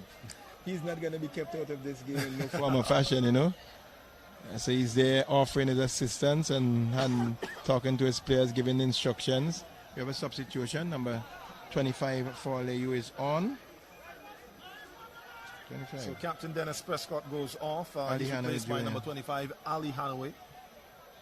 The captain armband now goes to the arm of Kenija Joseph.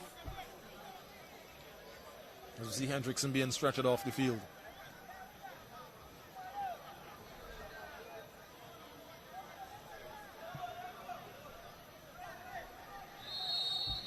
So play recommences a throw at the half line area on the far side for Hope International, but it's rolled right back out. Now it's a throw for LAYOU. And we see another player for LAYOU. Okay, well, he's getting to his feet now. I thought for a moment there that the player would have been injured.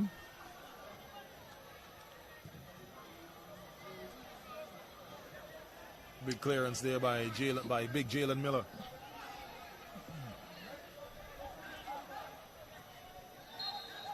And you know, sometimes, Khalil, when substitutions are made, the level of play for teams drop because the substitute is not up to the standard of the starting players. But it's not so in this case tonight at all. All substitutes that would have been made, all of the substitutes that would have been made have contributed and kept the level of the game at that high intensity.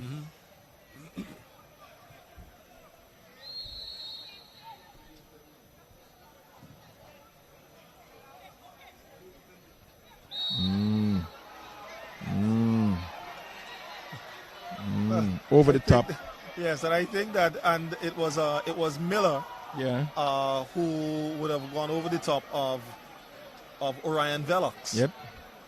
And I think Velox is probably almost close to maybe 100 pounds lighter than Miller. So once Miller left his feet and made contact with, and I would say anybody, they were going to be ended up on the ground. So it's a free kick to LAYOU from a very promising position. Yes, and already, it's Travis Fraser lining up behind it. Velox was there as well, but he started to move away. I think they're still weighing their options. There's also another player for LAYOU who I can't quite make out from here. And so Fraser is going to leave it.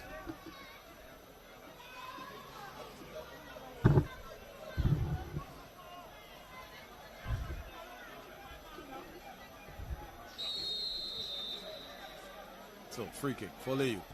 One taken. And forces a dive to the left there by goalkeeper Lynch.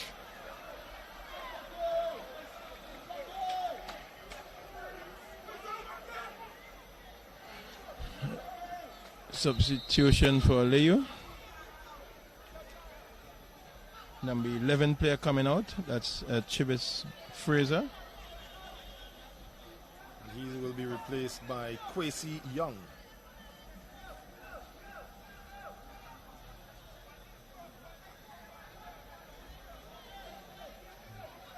So fourth official and referee games in a discussion.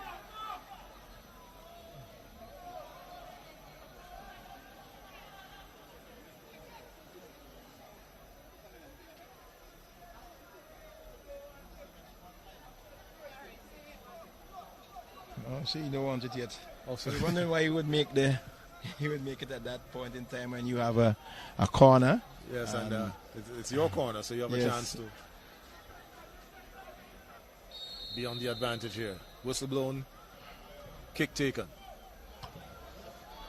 And again, big Jalen Miller. Puts Strong everything behind that ball. flying header. Head, chest, body, everything went behind that ball there to ensure it doesn't create any danger for his team. Wouldn't it be ironic that as they have lined up Chivas Fraser to come off, he scores? From his corner. And gets a hat trick here this evening. Would be a fitting way to leave the field. There's the kick. Oh, that one curled and just goes off the top of the crossbar. Orion Velox there with that one. So the change, is the change going to be made now? Seems But I so. guess yes it is. So Fraser with the 2 goals for the UFC now making his way off the field. And Kwesi Young, wearing number 21, is his replacement.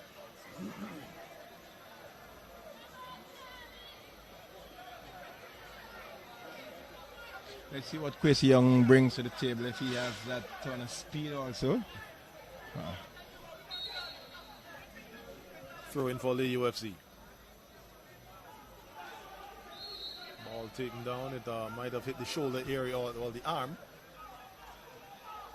So it's a free kick for Hope International.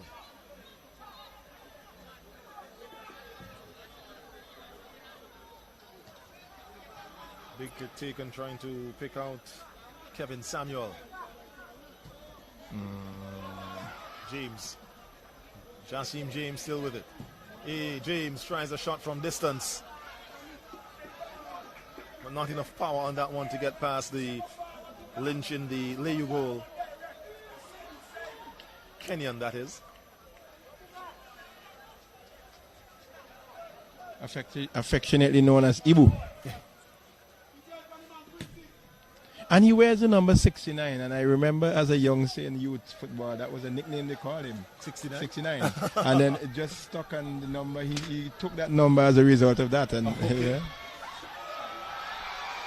Trying to buy one there, more Yes, yes. trying to buy one, but to sell one, but referee game's not buying at all. This And time it's a again- foul. Again, I believe that was an incident where had he stayed on his feet, hopped yeah. over that Yep, leg, he yep, would have probably yep, had a yep. chance to go to goal. Yep. Because the only person he would have had left to beat would have been Miller. And then he might have gotten it because Miller might have, Yes, being on a yellow card already, given Velox some room, and room is not something that you want to give to that youngster.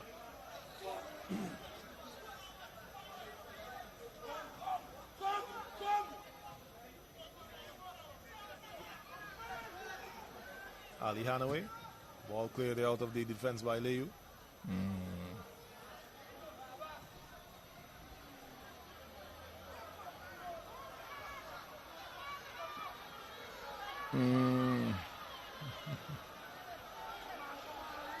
Tevin Thompson there doing well to win that one. It's now on the feet of Osment. As the referee indicates, it's a corner. And that's a case of the referee overruling his assistant. The referee, the assistant would have flagged for a foul. The referee decided in his own judgment, being in charge of the game, that there was nothing in that, and he overruled the referee. He overruled his assistant. And there's that corner kick, a weak kick, I'd 5 say. minutes of time added on for stoppages. We did have a few stoppages in this game, in truth. So 5 minutes.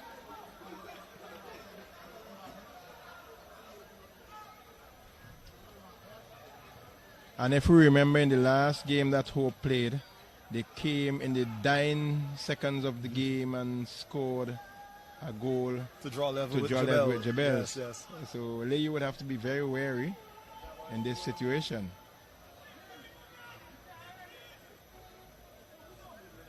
So 5 minutes to play. The newcomers to the Premier Division, LAYOU FC, holding the reigning division champions, Hope International, to 2 goals each.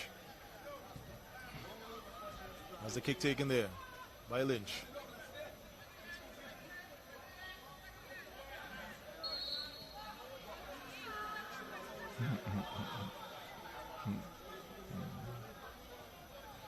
And one of the things I observe with our players, they would argue for a foul and say, oh, that is a soft foul. A foul is a foul.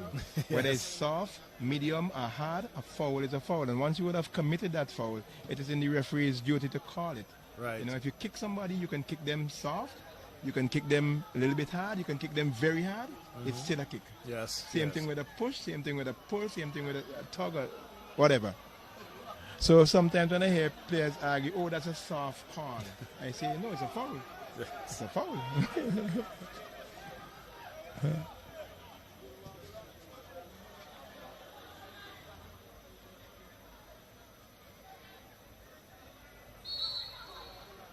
A pull down there by Osment on Jamari Lynch. And Osman would have to be very careful because since entering the field, he has been in about 5 or 6 little incidents where he would have committed fouls. I mean, he would have been at the receiving end of a couple too. But he would have to be very careful in referee games. Having a word with him now, yeah. There's something in the game called persistent fouling. Yes. You know, so you can get a yellow card for committing persistent fouls. You know, small little fouls here and there, breaking up an attack, elbowing somebody. There's the big kick, and it's headed out and away from the goal by Miller. Not taking any chances at all is Miller tonight. He's ensuring that at least they come away from this one with something, some Yes, kind yes. of points. They say 1 is better than 0. Indeed. So His goalkeeper just congratulating him on his clearance there, making sure that things are safe in the penalty area, in the box.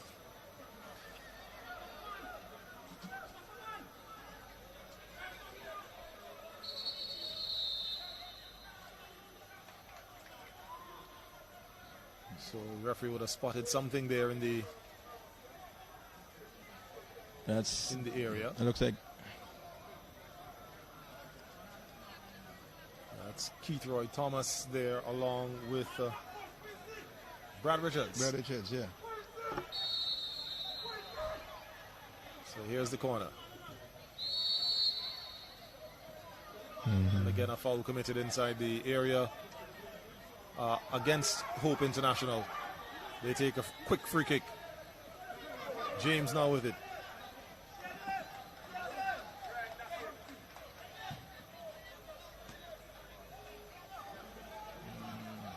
Ball falls there too.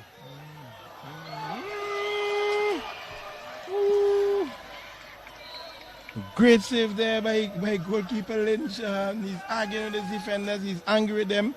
That ball was played through there, Kato, and Yes, by Kevin Samuel. yes, and A diving attempt there by Captain Brad Richards, but it was followed up by a diving save from goalkeeper Lynch. good play indeed in the end there.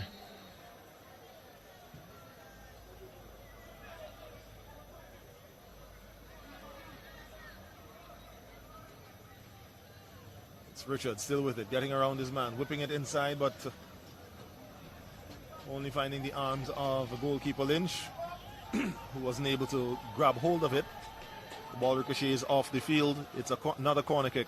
Ever play in the distance down there for Hope? Seems like he's cramping up. This was a real grueling game, a game Yes, yes. end-to-end action from start here. So I think we would have some tired legs on there for those who would have played the entire game. So we see someone in the distance there hopping. Like Richards, Brad Brad Richards. Richards, and he would have really given. He's not coming off. Nevertheless, he's not going to come off. He's going to fight to the end for his team, Indeed. leading the troops manfully in the end. So we've had about 4 minutes of the time added on. We just have a couple of seconds here. with less than a half a minute here to play in this encounter. The goalkeeper then just taking his time, strolling down there to get, well, not exactly taking his time, but not hustling to get the ball. He now jogs back. With Realizing that any moment now the referee's whistle would come, you don't want to hustle in and then next thing you concede a goal and end up losing all 3 points rather than gaining 1. Yes. So the whistle blown. Lynch lining up.